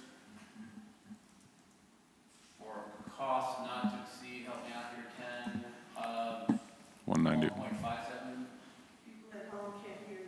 You have a capital How about that? All right, I'll move to approve an amendment to the professional services agreement with Progression Engineering to add street improvements on South Washington Drive, including pavement, sidewalk, curb, gutter, and associated structures. The amendment cost is $191,801, bringing the total contract to $1.436 million. This total is still within the available grant not to exceed an amount totaling $1.75 million, $1.575 million. Second. All right. All those in favor? Aye. Any opposed or abstain? Nope. All right, cool. Now we will move on to item 5. This one, or Jesus, 14 on page 71. Wow. All right. No, I'm good. Local transportation funds. Staff has prepared a claim on behalf of the city for its annual allocation of transportation funding from the Local Transportation Commission. Todd? Or I can read it if you want. So, we're looking for City Council to adopt the proposed resolution of City Council to claim the city's apportionment of local transportation funds, which is an annual allocation. Ours this year is $139,092, of which just under $50,000 is for streets and roads programs, and the rest is to for unmet public transit needs. That's for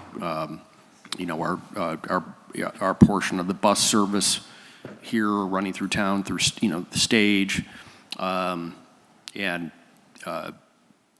I think that's the only use. But it's passing a resolution that allows us to take money that originates with gas tax that is our apportionment by population that is is provided to the county through the local transportation fund and apportioned to cities in Siskiyou County. Okay. So, all right, we'll bring this back for council questions here. Jeffrey? I just wanted to make a comment. $49,000 after the discussion we had about complete streets and redoing drainage and so forth, and the dollars involved there. This pretty much is chip sealing some blocks, certain sections. I mean, how much do we, what do we get? It's always chip seal, right? Yes. And again, we're banking a lot of the gas tax funds and funds like this to, just like the Lake Street project. We use it as, to fill in the gaps with our funding. Matching. Chip sealing, I am going to get back to doing some chip sealing, but I'm still waiting for the county to get their equipment fixed. They promised to help us with chip sealing when their equipment is functional again. I mean, we can get it done for half the cost. I just hate to put it out the contract knowing I can get it cheaper if I wait. Quick question. Yeah, please. I remember these conversations about waiting for the county's chip sealing equipment way back. And is there any reasonable expectation that the county is going to repair and or buy and or fix? Yes. This year? I mean, next year? They need it more than we do. They do a lot more roads to drive than we do. things. We also have an, I don't want to Go ahead. ascribe too much to this, but we have a new public works director at the county who is much more responsive and cooperative. Yeah, I'd like to piggyback on that one. I think I spend as much time up at Castle Lake and Bunny as anybody in the wintertime, and every single time it snowed, they were up there in force I mean, they had Castle Lake plowed this winter by like 8 a.m. every time it snowed.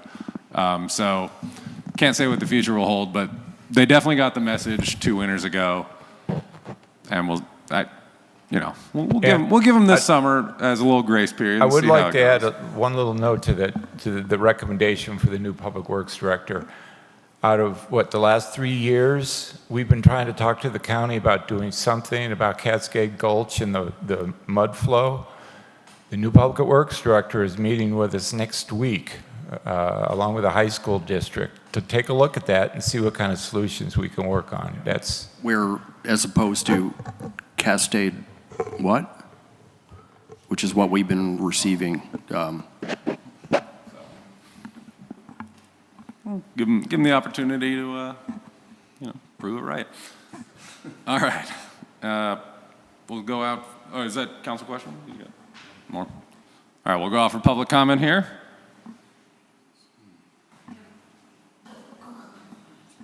Go ahead. Come on up.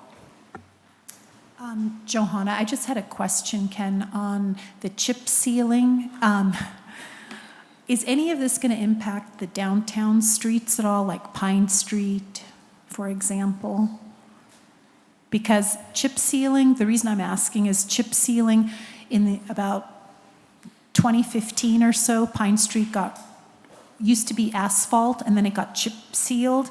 And because people speed there, like someone must have been going 50 the other day, and it's really loud because we have snow tires here in our county because of our weather, and it has extra air gaps, and chip seal has extra air gaps, and when that noise comes together, it makes it really loud. So the street has gotten louder since it's been chip sealed. chip sealing it again wouldn't help that, but Pine Street is not on the top section of the roads we have scheduled for chip sealing. Okay. I would really love asphalt because it's quieter. I'd love to asphalt every street in town, but no. I know it's more expensive. I understand. It's just, it used to be asphalt.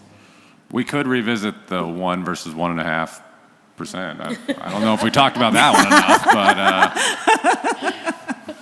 but we can call it the asphalt. We can call it measure asphalt if you'd like. Okay. And I do want to remind. We could also use that $10,000 I would- savings when we move to another location for hybrid facilities. That'll get us So you could throw 2.5 that feet of 10,000 roadway. at it. I do want to remind folks, this is just a measure to claim our portion of this year's gas tax, not about specifically about the road That's ceiling. okay. I was just asking a No, clarifying understandable. question. Thank you. Absolutely. Agreed. Oh, come on up. I want to ask a question about the mud flow. Sure. Can I ask a question? You can see in front of the high school, it's all been rocked in, is this the first year we've had a mud flow, and is it because of the Upton subdivision? I want to understand if that's true. I'll talk to you afterwards. All right. Any other public comment? All right. Well, we will now bring it back for council discussion. You guys want to discuss whether or not we should claim this money? Yes. Go ahead, John.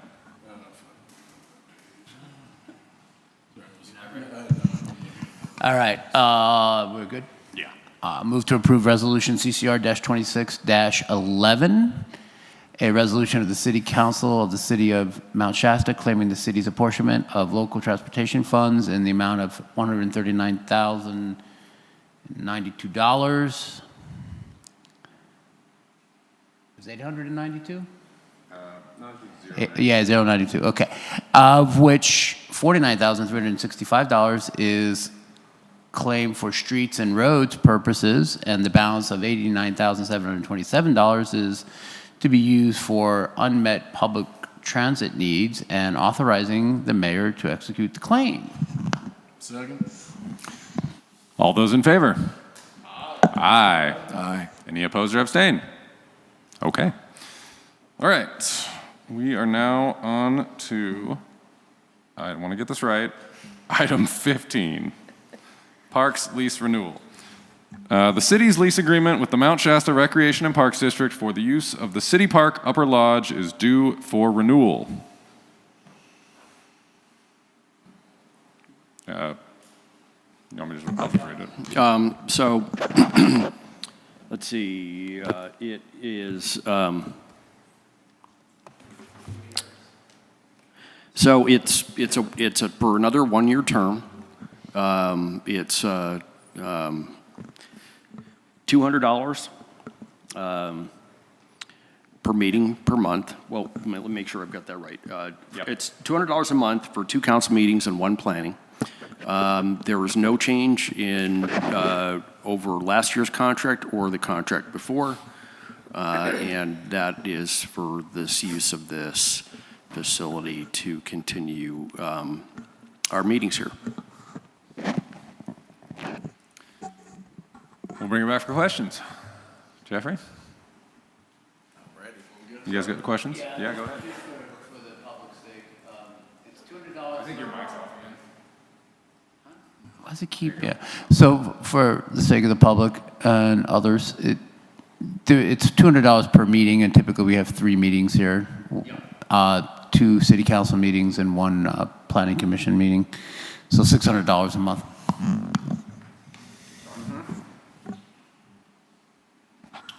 Yeah, any other questions? All right, we'll go out to public comment for this one. Oh, you guys have been waiting patiently.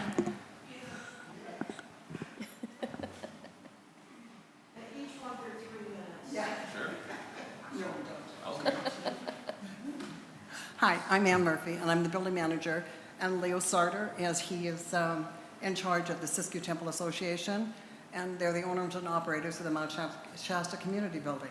And we're here tonight to ask that we be allowed to bid on the contract for the following year. We have gone over all the contract that you have with this building, and we are willing to meet or match all of the requirements that you need. We have newly installed speakers in our building with Wi-Fi.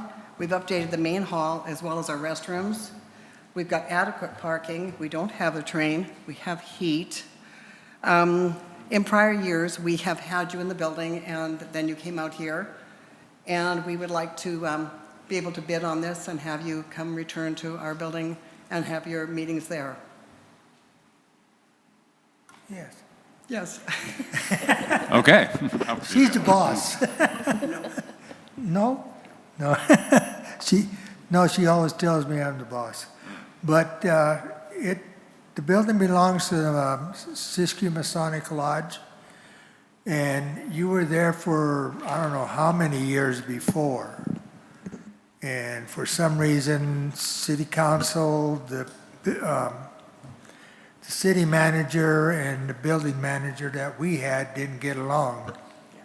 So that's why you guys ended up here. And we'd like to have you back. Our building is well insulated and we got 1 big parking lot. So we'd like to have you back. Thank you. Thank you.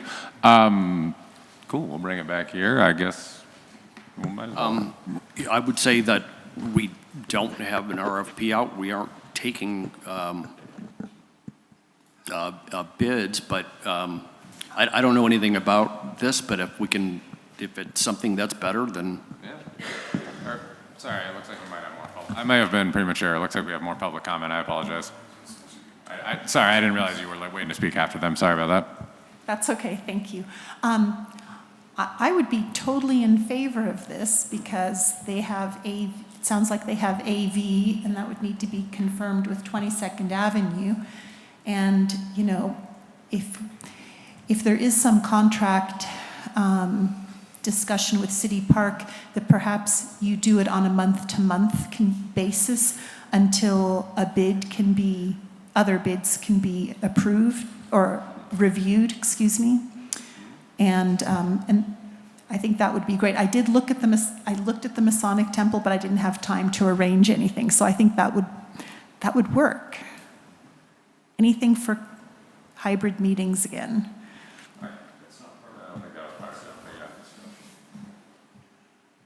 Anyway, thank you. Thank you. Go ahead. I would like to support the idea that if you're paying that fee, and she's suggested they're willing to meet that. I think it's a good facility. I do remember meetings there, and I want to support moving there. However, then I want to talk to Kim about parking. So I won't go into that now. But I think the Masonic building, the community center, has parking and drive-through where you drop people off if there was somebody that wanted to come to a meeting. Anyway, I support the consideration, even though he said it wasn't up for bidding. I think we should consider that there's another location that used to be used, and they're asking to be at the same price. So I support that.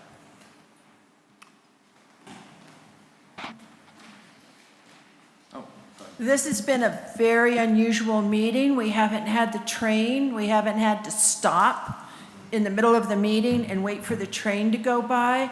And if in the community building, we never were affected by that type of sound. So I think the community building is much better. It has better acoustics. And with the new speakers in the ceiling, that the sound quality has greatly improved in there. All right. Well, unless I'm mistaken, I believe that's everyone in the audience commenting on this one. So we will now bring it back for a discussion here. Thanks so much for coming and presenting that. And I haven't had an event there, I think, since you all did your renovations. So, you know, I'm happy to check it out. Personally, I think it's worth looking into, especially if I did hear meet or beat the price, maybe. I think I might have heard that. I think it could. I did hear meet or potentially beat the current price. Okay. Hey, any savings is good savings, right? Well, we'll put it out to a competitive bidding process. I've got a couple sheds in the backyard. Okay, so my comment on this is that the acoustics are better in that building. Sure. I mean, noticeably better. Yeah. The sound system is a combination of what they have and what we put into it. That's a separate subject. What the people are saying without realizing it is that they actually want to go back to what we had during COVID with this group and the thoroughgoing Zoom program, which wasn't cheap. It was about $45,000, something like that. But that's a separate discussion with respect to venues. The reality is the acoustics are better in that building. Yep. Well, I'm all for making us sound better. And no train sound. And no train. Well, I'll miss that. Councilman Stackfleth. Councilman Stackfleth. How does this impact, Shannon's revenue stream?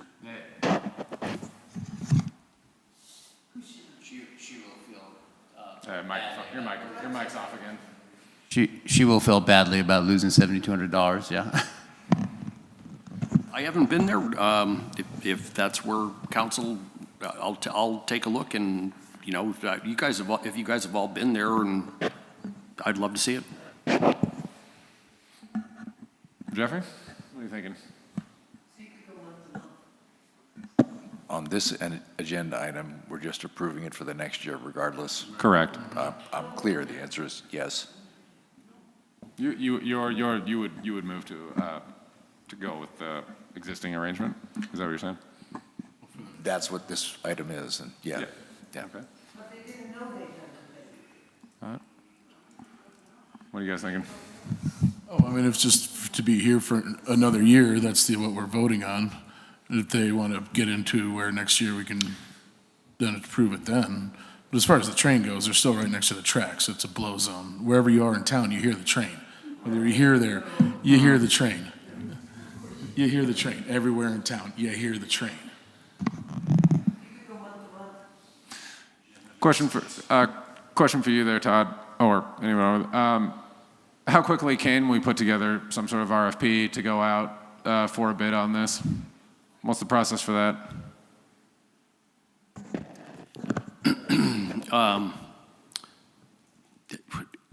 You know where we're at.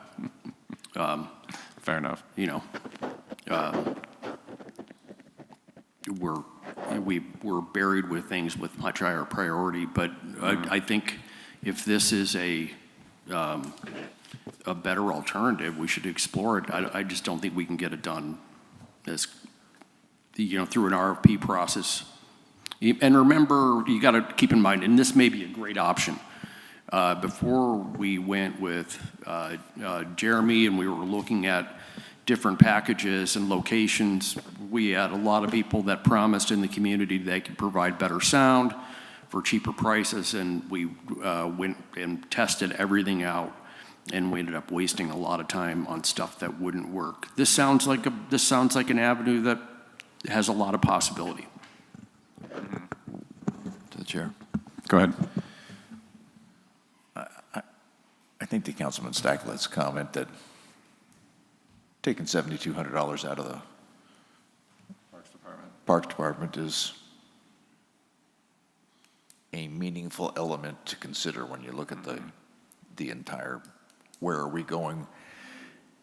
And at least in, I don't know, John, 3-4 years before the library is built and an extension, am I correct in assuming that that would have a space that would be large enough to hold city council meetings? Go ahead.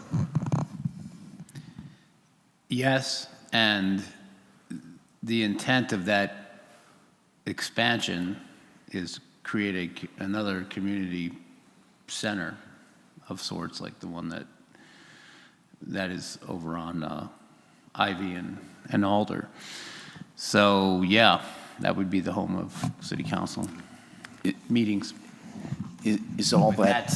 But that's going to take a long time to figure out because of the costs. And if we're not doing another tax increase, another amendment to the library tax, if we're not going to do that, it's going to take a while to get. The line for getting library grant funds is long, and there was a cancellation or holding on library grants that were actually awarded due to the state budgets. And we had a really good application. And When then we were close, but we didn't finish in the money. It's a long way away from getting grant money. The only other thing to do is loans, like we did with the sewer, the water treatment plant. Complete the project, pay it back, but that would require a tax increase. So it's here, it's the community center, it's Sisson Museum's back room, et cetera, et cetera. Those are the venues. Yeah. Sisson Middle School's gym. We had a meeting there once, I think, yeah. Community center? No, I believe we had a meeting at Sisson's gym because it was big, well attended. Yeah, something like that. That was a long time. Well, I mean, I'm personally loath, unless it's a significant cost savings, I am reticent to do it at the same price, just given that currently the money does go towards our Parks Department. The last meeting, we discussed the Parks need for more revenue because of the need for security here, or, the upgrades needed here. I mean, we go back and forth, so unless it's a significant cost savings, I mean, I'm in favor of exploring it, I suppose, but it doesn't sound like that's going to be able to be done anytime soon. It's pretty short notice, especially with this contract expiring, but I'd like to take a look at it. I mean, if we key this up for next year, then. Yeah. Question for you, when does the lease agreement actually expire? Does it, sorry if I missed that. End of June. Oh, end of this month. I guess just to explore, just to exhaust all opportunities, is month-to-month an option? I'm hearing that from over here. And I know you don't speak for the Parks Department. I don't. The answer is I don't know. I would hesitate. My opinion is that I would hesitate on going month to month with parks because they need time to adjust because they were on an absolute shoestring. is a lot fatter than their budget. Yeah, I'm going to move to approve a one-year renewal of the lease agreement between the city of Mount Shasta and the Mount Shasta Recreation and Parks District commencing July 1st with no changes to the existing agreement. And see you next year, or maybe we'll open it up. Second. All right, all those in favor? Aye. All those opposed? Noted. All right, thank you. All right, on to item number 16. This is on page 89 in the packet. The approval of contract for the conceptual master plan with GHD. Well, looks like Todd's gone. I'll just start reading. I'll take this one. Ah, excellent. There we go. Todd's got a lot tonight. May was a very busy month for city staff in terms of reviewing the 14 proposals that came in for the landing. As of last week, staff had to notify 15 of those respondents that they were not getting the award for the contract. And, you know, as consultants, there's a lot of time, a lot of labor that's involved in putting a proposal together. And so as we're notifying folks that they haven't been selected, the next question is always, well, what did we do wrong, or how can we do better? You know, what was it about our proposal that wasn't good for the city? And that's difficult to answer, because the reality is there were many very good proposals that came in, and staff, you know, the panel that was put together was myself, the city manager, police chief, public works director. I mean, we poured through hundreds of pages and selected 5 firms to interview, and ultimately, at the end of the day, the firm that we're recommending to go with is not a firm that just checked the boxes, but it was a firm that went above and beyond to give us more than we actually put into our RFP for the same amount of dollars. One key member of the team, you know, of the team that we've selected, they have a transportation planner who has a very good track record with dealing with Caltrans District 2, and that's a valuable piece of the equation that we're going to need to solve. Also on that same team is an economist, market strategist, who can help us figure out exactly how to phase this thing out so it can actually pencil and it can actually work. These are the kinds of details that this team brought to the table. Not to say that any other team didn't do anything right, it's just this particular team was able to give us more in the budget that we had available. So I'll let Todd weigh in.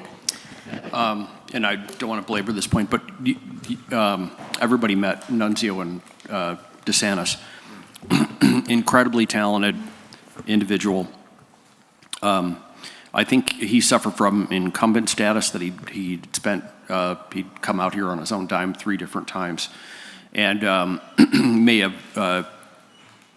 in putting his application package together, there may have been some stuff that he took for granted that we knew that didn't get down, but there were certain things I think he would have been great in you know, helping the community visualize what this place could be.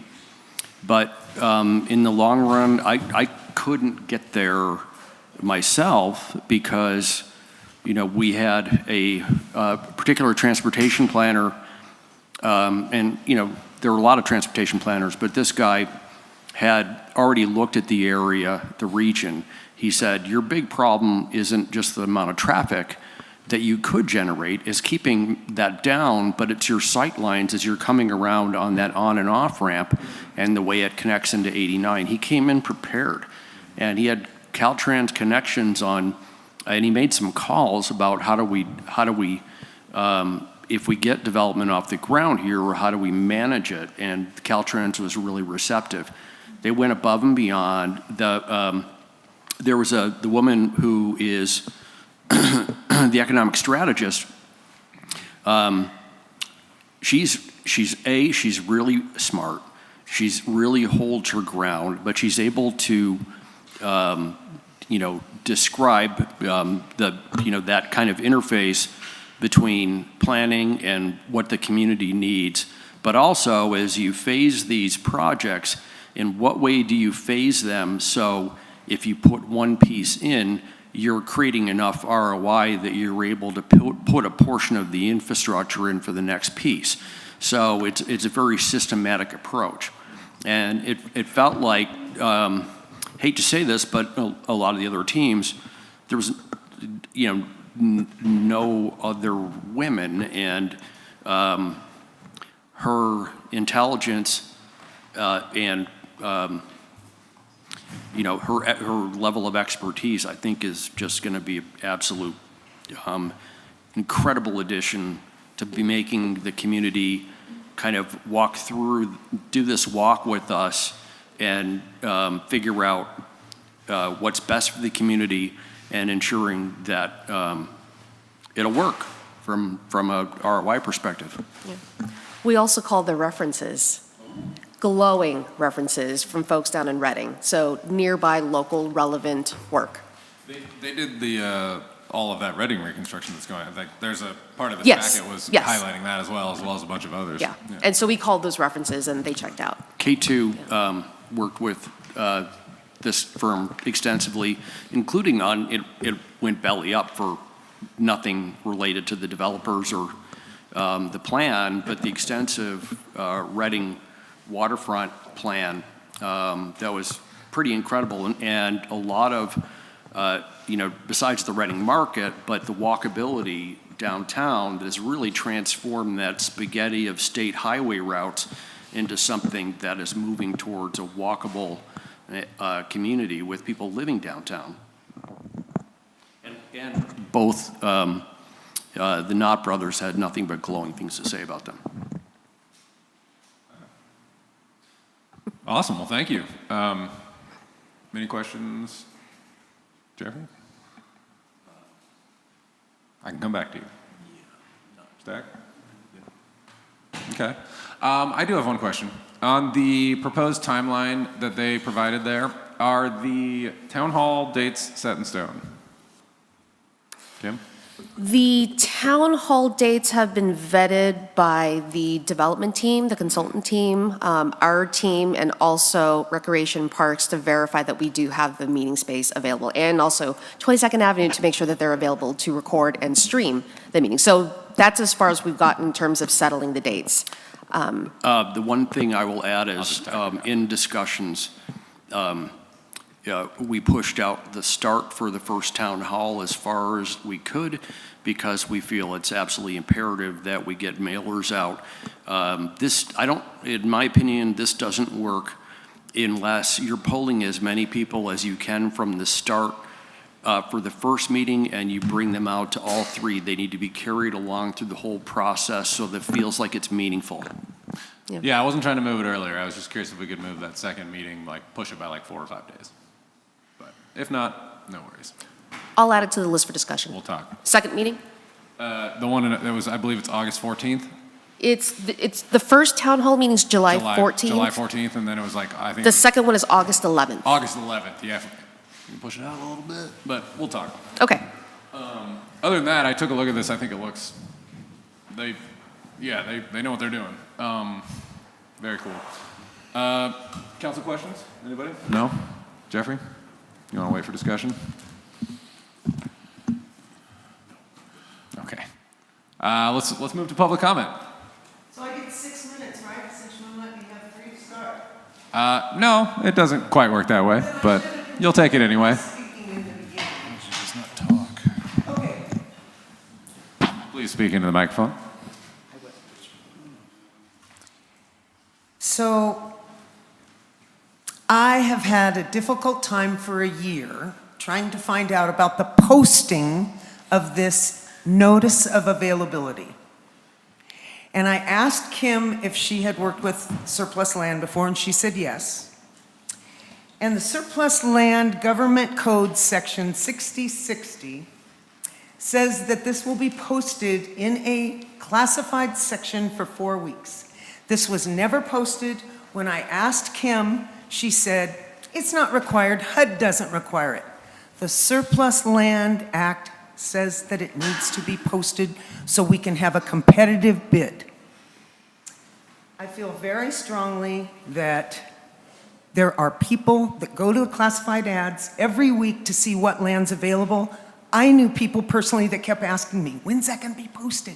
I kept coming in, literally a year ago. What's going on? Todd said to me, it's being posted for 60 days. When somebody bids, then we have 90 days. So I watched the clock. He said he had a letter of interest, not a bid, a letter of interest. I waited 90 days and I said, okay. He said at a meeting, and I have sent this to the council members, that after 90 days, he would put the land up for sale. I want to ask the council to do their job, to honor the government code and post this for 4 weeks and allow other people to bid. That's the reason I say that the landing is for sale to developers that want to develop. I'd like to remind you to please speak into the microphone. I just want people to see this. Okay, there's something else I want to bring up. Kim was very good to meet with me and tell me that the landing had some green areas, that they were going to work with keeping the gateway. Microphone, please. Use the microphone. Keeping the gateway trail, so that that'll be part of the landing development. I like that. But when I add up all of her acreage, it doesn't add up. When I look at the letter that was sent out, that John C. Power did answer, the 30 seconds. I should have spoke 3 minutes at the beginning, because this is 3 important. minutes per topic.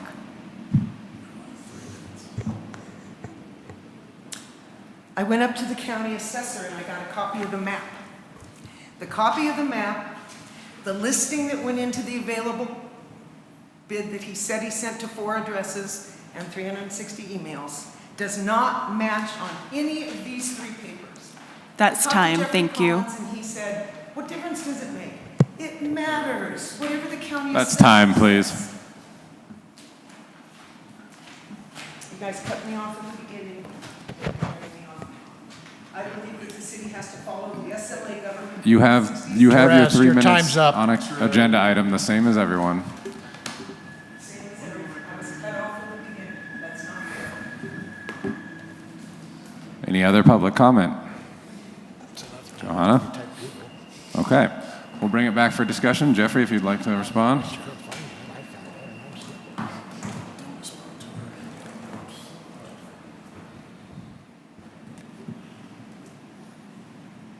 Therese, if I may address your concern about acreages not making sense to you and not adding up the way that you think they should. The county assessor, not me.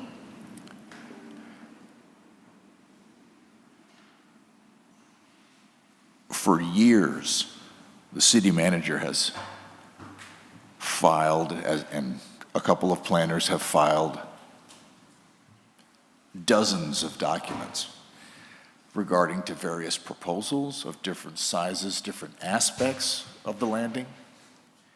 And I don't know any other way to address this with you other than to say they're not that dumb that they don't know how to read plats and know how many acres they're covering when they file whatever documents they need to file. They're really good. And that's, I know that won't satisfy you on one level, but just have a little faith in them. They know how to do their job. Answer the 60-60. And thank you. Thank you, Jeffrey. Discussion over here.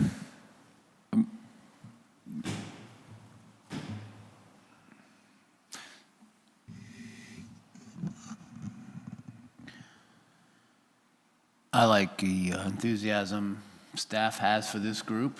I like their history, their projects that are completed.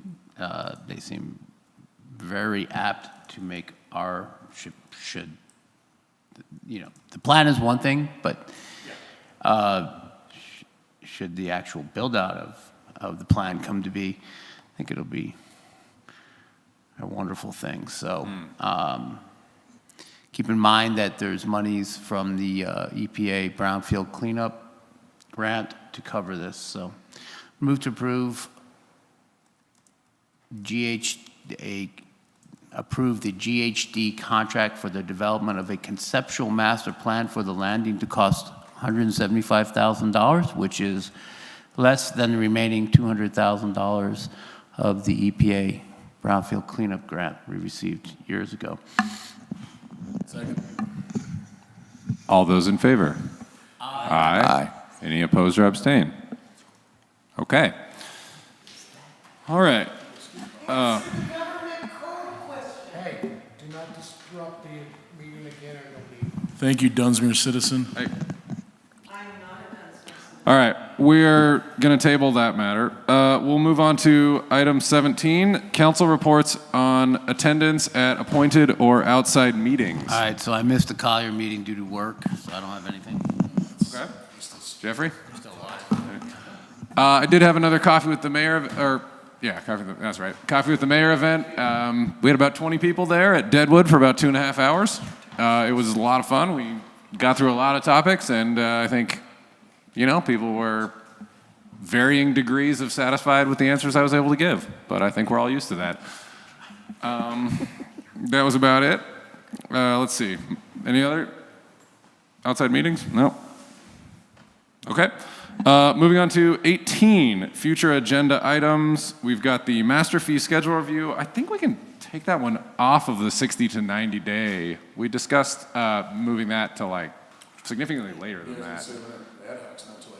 Yeah, so I think that can come off of the, if this is adhering to the 60 to 90 day, I don't think it needs to be on the future one for now. Mobile home rent stabilization. June 22nd. Love it. And then the 2026 sales tax, we just did that, so that one's not on a future agenda either. No, I'm good. You're done. Oh, please, go ahead. All right, so we have to pass a budget. Oh, yes. And it appears that the finance director will not be available till after June 22nd. So we're thinking that based on the meeting she wants to have with the finance committee, that she's probably going to call for a special meeting on the 29th. So I'm suggesting instead of having 2 council meetings, the 22nd and the 29th, we would just postpone everything regarding all agenda items that would be scheduled for the 22nd to the 29th so that we can have a regular meeting. We do have public hearings noticed for the 22nd. Oh, then we got to have it. There's a notice in the window that says the 23rd. Talk out of turn some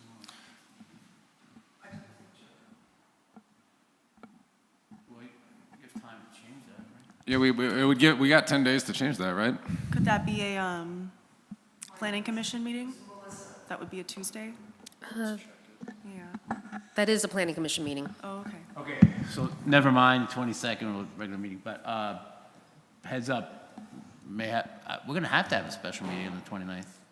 Unless you guys have the budget ready on the 22nd. Can it be adopted? Oh, no, I misspoke. Planning commission is June 16th. So I don't know what's on the 23rd. Well, we're not actually sure that was noticed on the 23rd.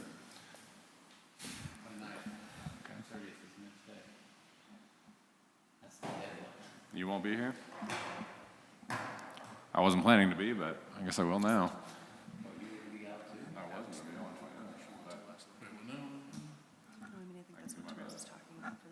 We haven't passed the budget. No, that's what 20 seconds for. That's what she has mixed up. Unless they somehow get it ready. What are the odds of getting that budget ready by the 22nd? Not that I know. Well, she's got to make adjustments from the last meeting, so I think we're, I think we're in for 2 meetings in a row, unless I hear something different from her.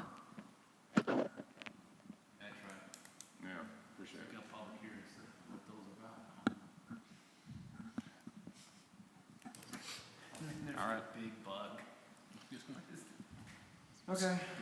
Anybody else got anything they'd like added to future agenda items? Okay. In that case, we'll move on to item 19.